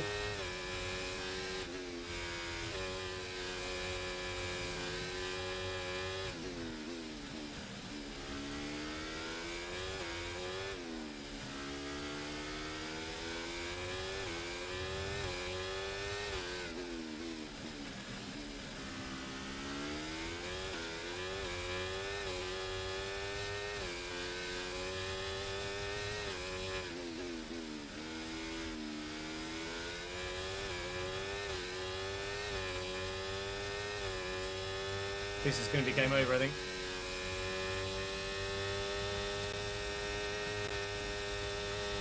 Every time we come round, I've got 10% less battery onto the straight. Lando's going for it the same way that Sergio did. Oof. I don't think he expected me to try and keep it up the inside there. I've got damage. He might have damage. I've got DRS. He's got track position.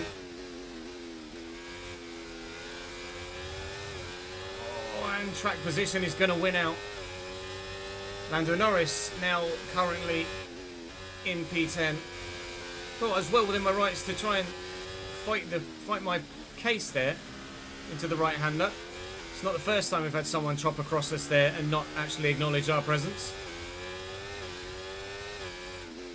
But we are going to be, provided I don't make any mistakes here, we are going to be within DRS range of Lando Norris.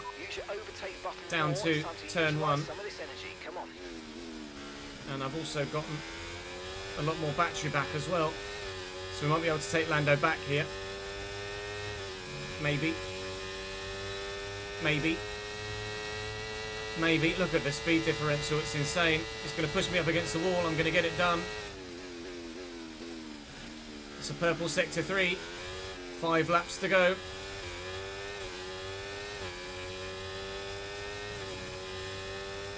Try and break the toe a little bit if I can. Drift back to the racing line.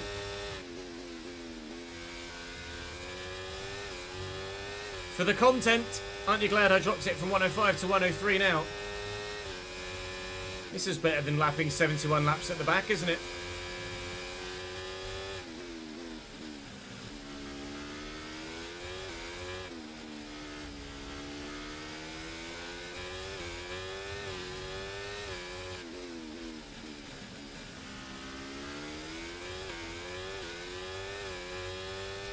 Just by the gap to Lance Stroll, you can see how uncompetitive we are though here still, even at 103. Now I'm in the same position I was 2 laps ago, where I've not got enough battery really to defend. I'm screwed. We're doomed.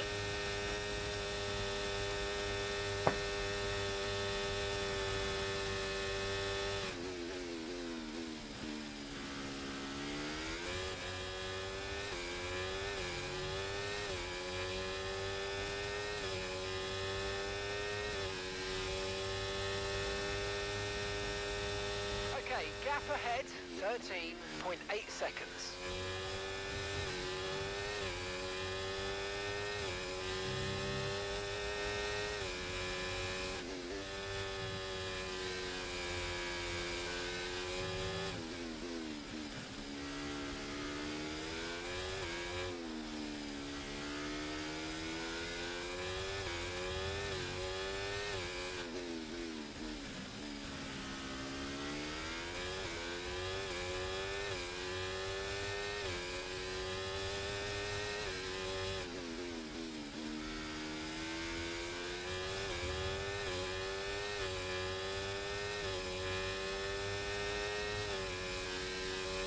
got a horrible feeling I'm going to run out of battery on like lap 71 and get done to the line. Never mind, I'm getting done now.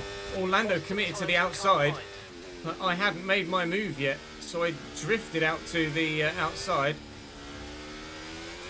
and was able to defend because he didn't anticipate that, but he's got DRS here and Lando's going to go bye-bye.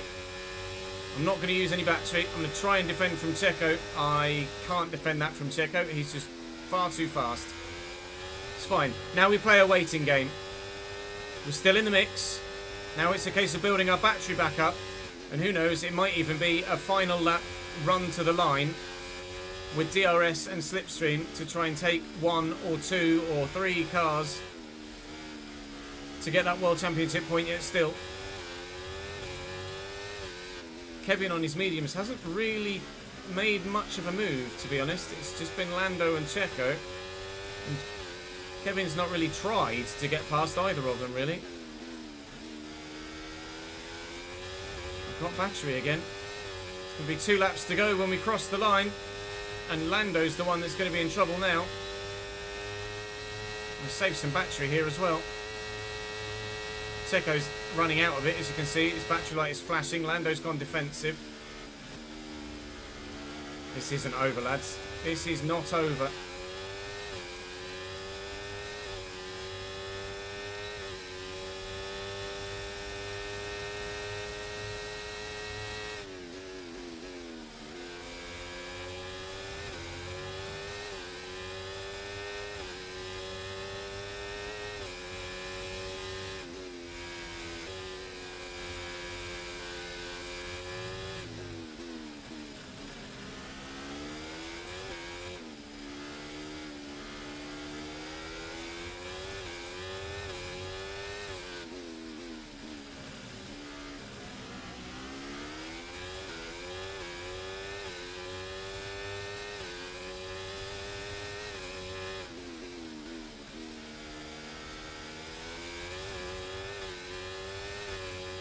I'm out of DRS, it might be over. Just dipped my right wheel, my right front on the grass on the way into Jeune-Sao. Hopefully they battle hard enough. Oh, as Kevin comes to me. Well, we'll have DRS on Kevin. And Perez has just taken Lando for that final World Championship point right now. I said I fear by lap 64 I might be in P13. It's taken till lap 71, but unfortunately lap 71 is the last bloody lap. So it's going to be at least a 3-way run to the line. I don't think I'm going to have the pace to keep up to make it a 4-way run to the line.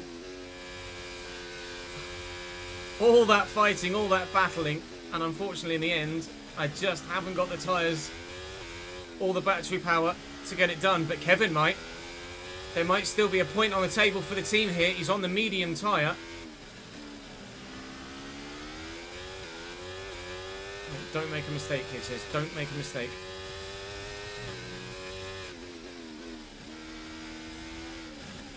Ah! I really shouldn't flashback, should I? I'm not gonna.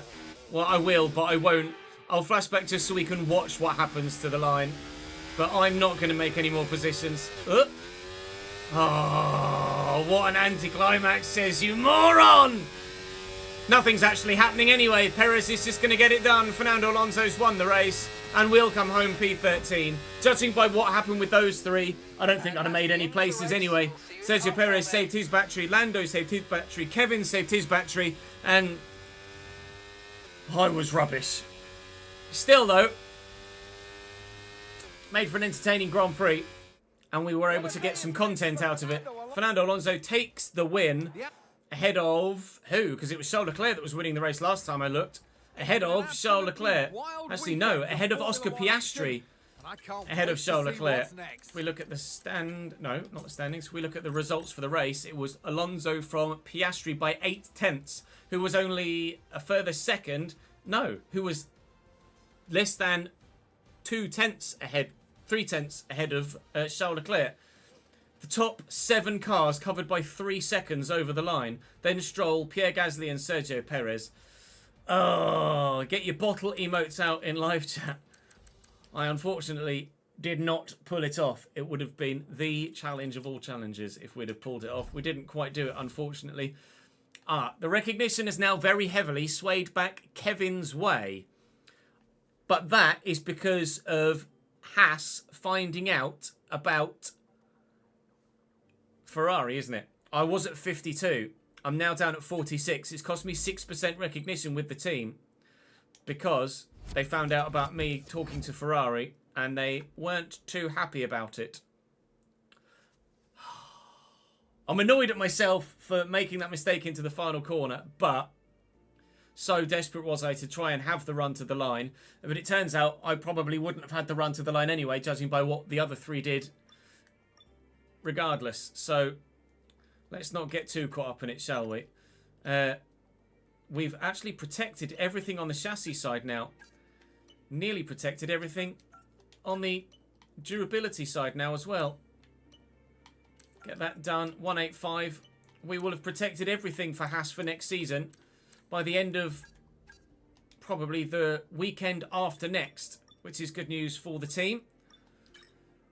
We're going to get some more resources here. Actually, we're going to get 2 sets of more resources before we get to the Las Vegas Grand Prix, and we might be able to get something else done. Magnussen's wheel covers have worked as well. I'm pleased to say that our new parts have come through without any issue, so they'll be on the car ready for the next race weekend. Lovely, lovely. And I can do either of these. So after Las Vegas, we will be fully prepared with Haas for next season.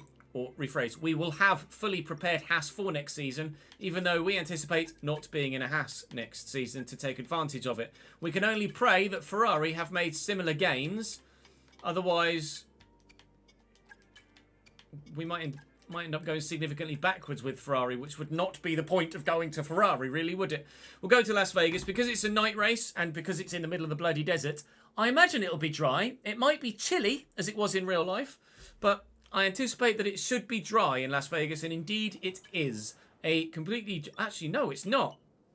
Rain at the very end of the Las Vegas Grand Prix. How is my luck? Actually starts overcast, then the clouds go away, and then right at the very end, whoosh, down comes the rain. Okay. And it twists yet once more. Oh, man! Can't get any luck at the minute, can I? I'm P10 in the driver's standings. I'd be curious to know how I'm comparing with Carlos Sainz. So, at the beginning of the season, you got 4 straight P7s. We obviously were struggling at that time trying to figure out the difficulty. We then figured out the difficulty after China. In fact, it may even have been Imola where we figured out the difficulty. And, well, Carlos Sainz actually got a podium in Miami and then a P5. But towards the latter stages, I got a P8 when he got a P4. I got a P4 when he got a P7. I DNF'd in the United States, but that wasn't my fault. I was right behind him in the States as well, so we were comparatively with him there. Mexico, nowhere. And he got P11. No, he got P7 in Brazil, and we got P13. I don't know, I still feel like I've done enough in a significantly worse car to justify being in the reckoning for that Ferrari seat. I don't know. He's leaving the team in real life anyway, so I think I can justify it anyway. Regardless, 3 races to go. Las Vegas, Qatar and Abu Dhabi. And next up for us will be Qatar. No, will be Las Vegas. Join me in the desert under the stars. In fact, all 3 of the next races are night races. So we'll barely see some sunshine between now and the end of the race. End of the season. Hopefully our performances do show a little bit of sunshine. But that's yet to come. Thank you very much for watching. Hopefully you still enjoyed that. Let me actually remember to go difficulty up to 105 for Las Vegas, and hopefully we're more competitive there than we were in Brazil. But we still made an entertaining episode, I think, for Brazil, so fingers crossed you enjoyed it regardless. I'll see you next time. Hurly Murly. Let's save that. F1 21 Brazil.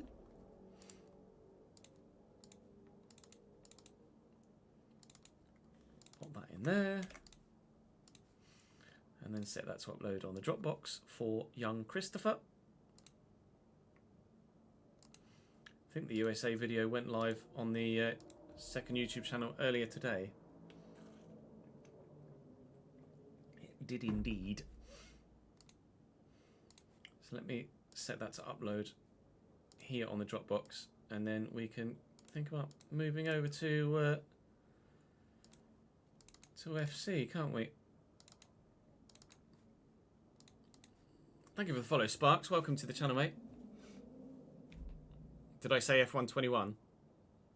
Oh, I don't know. My brain is fucking fried today, isn't it? I've barely been able to talk all fucking day, have I?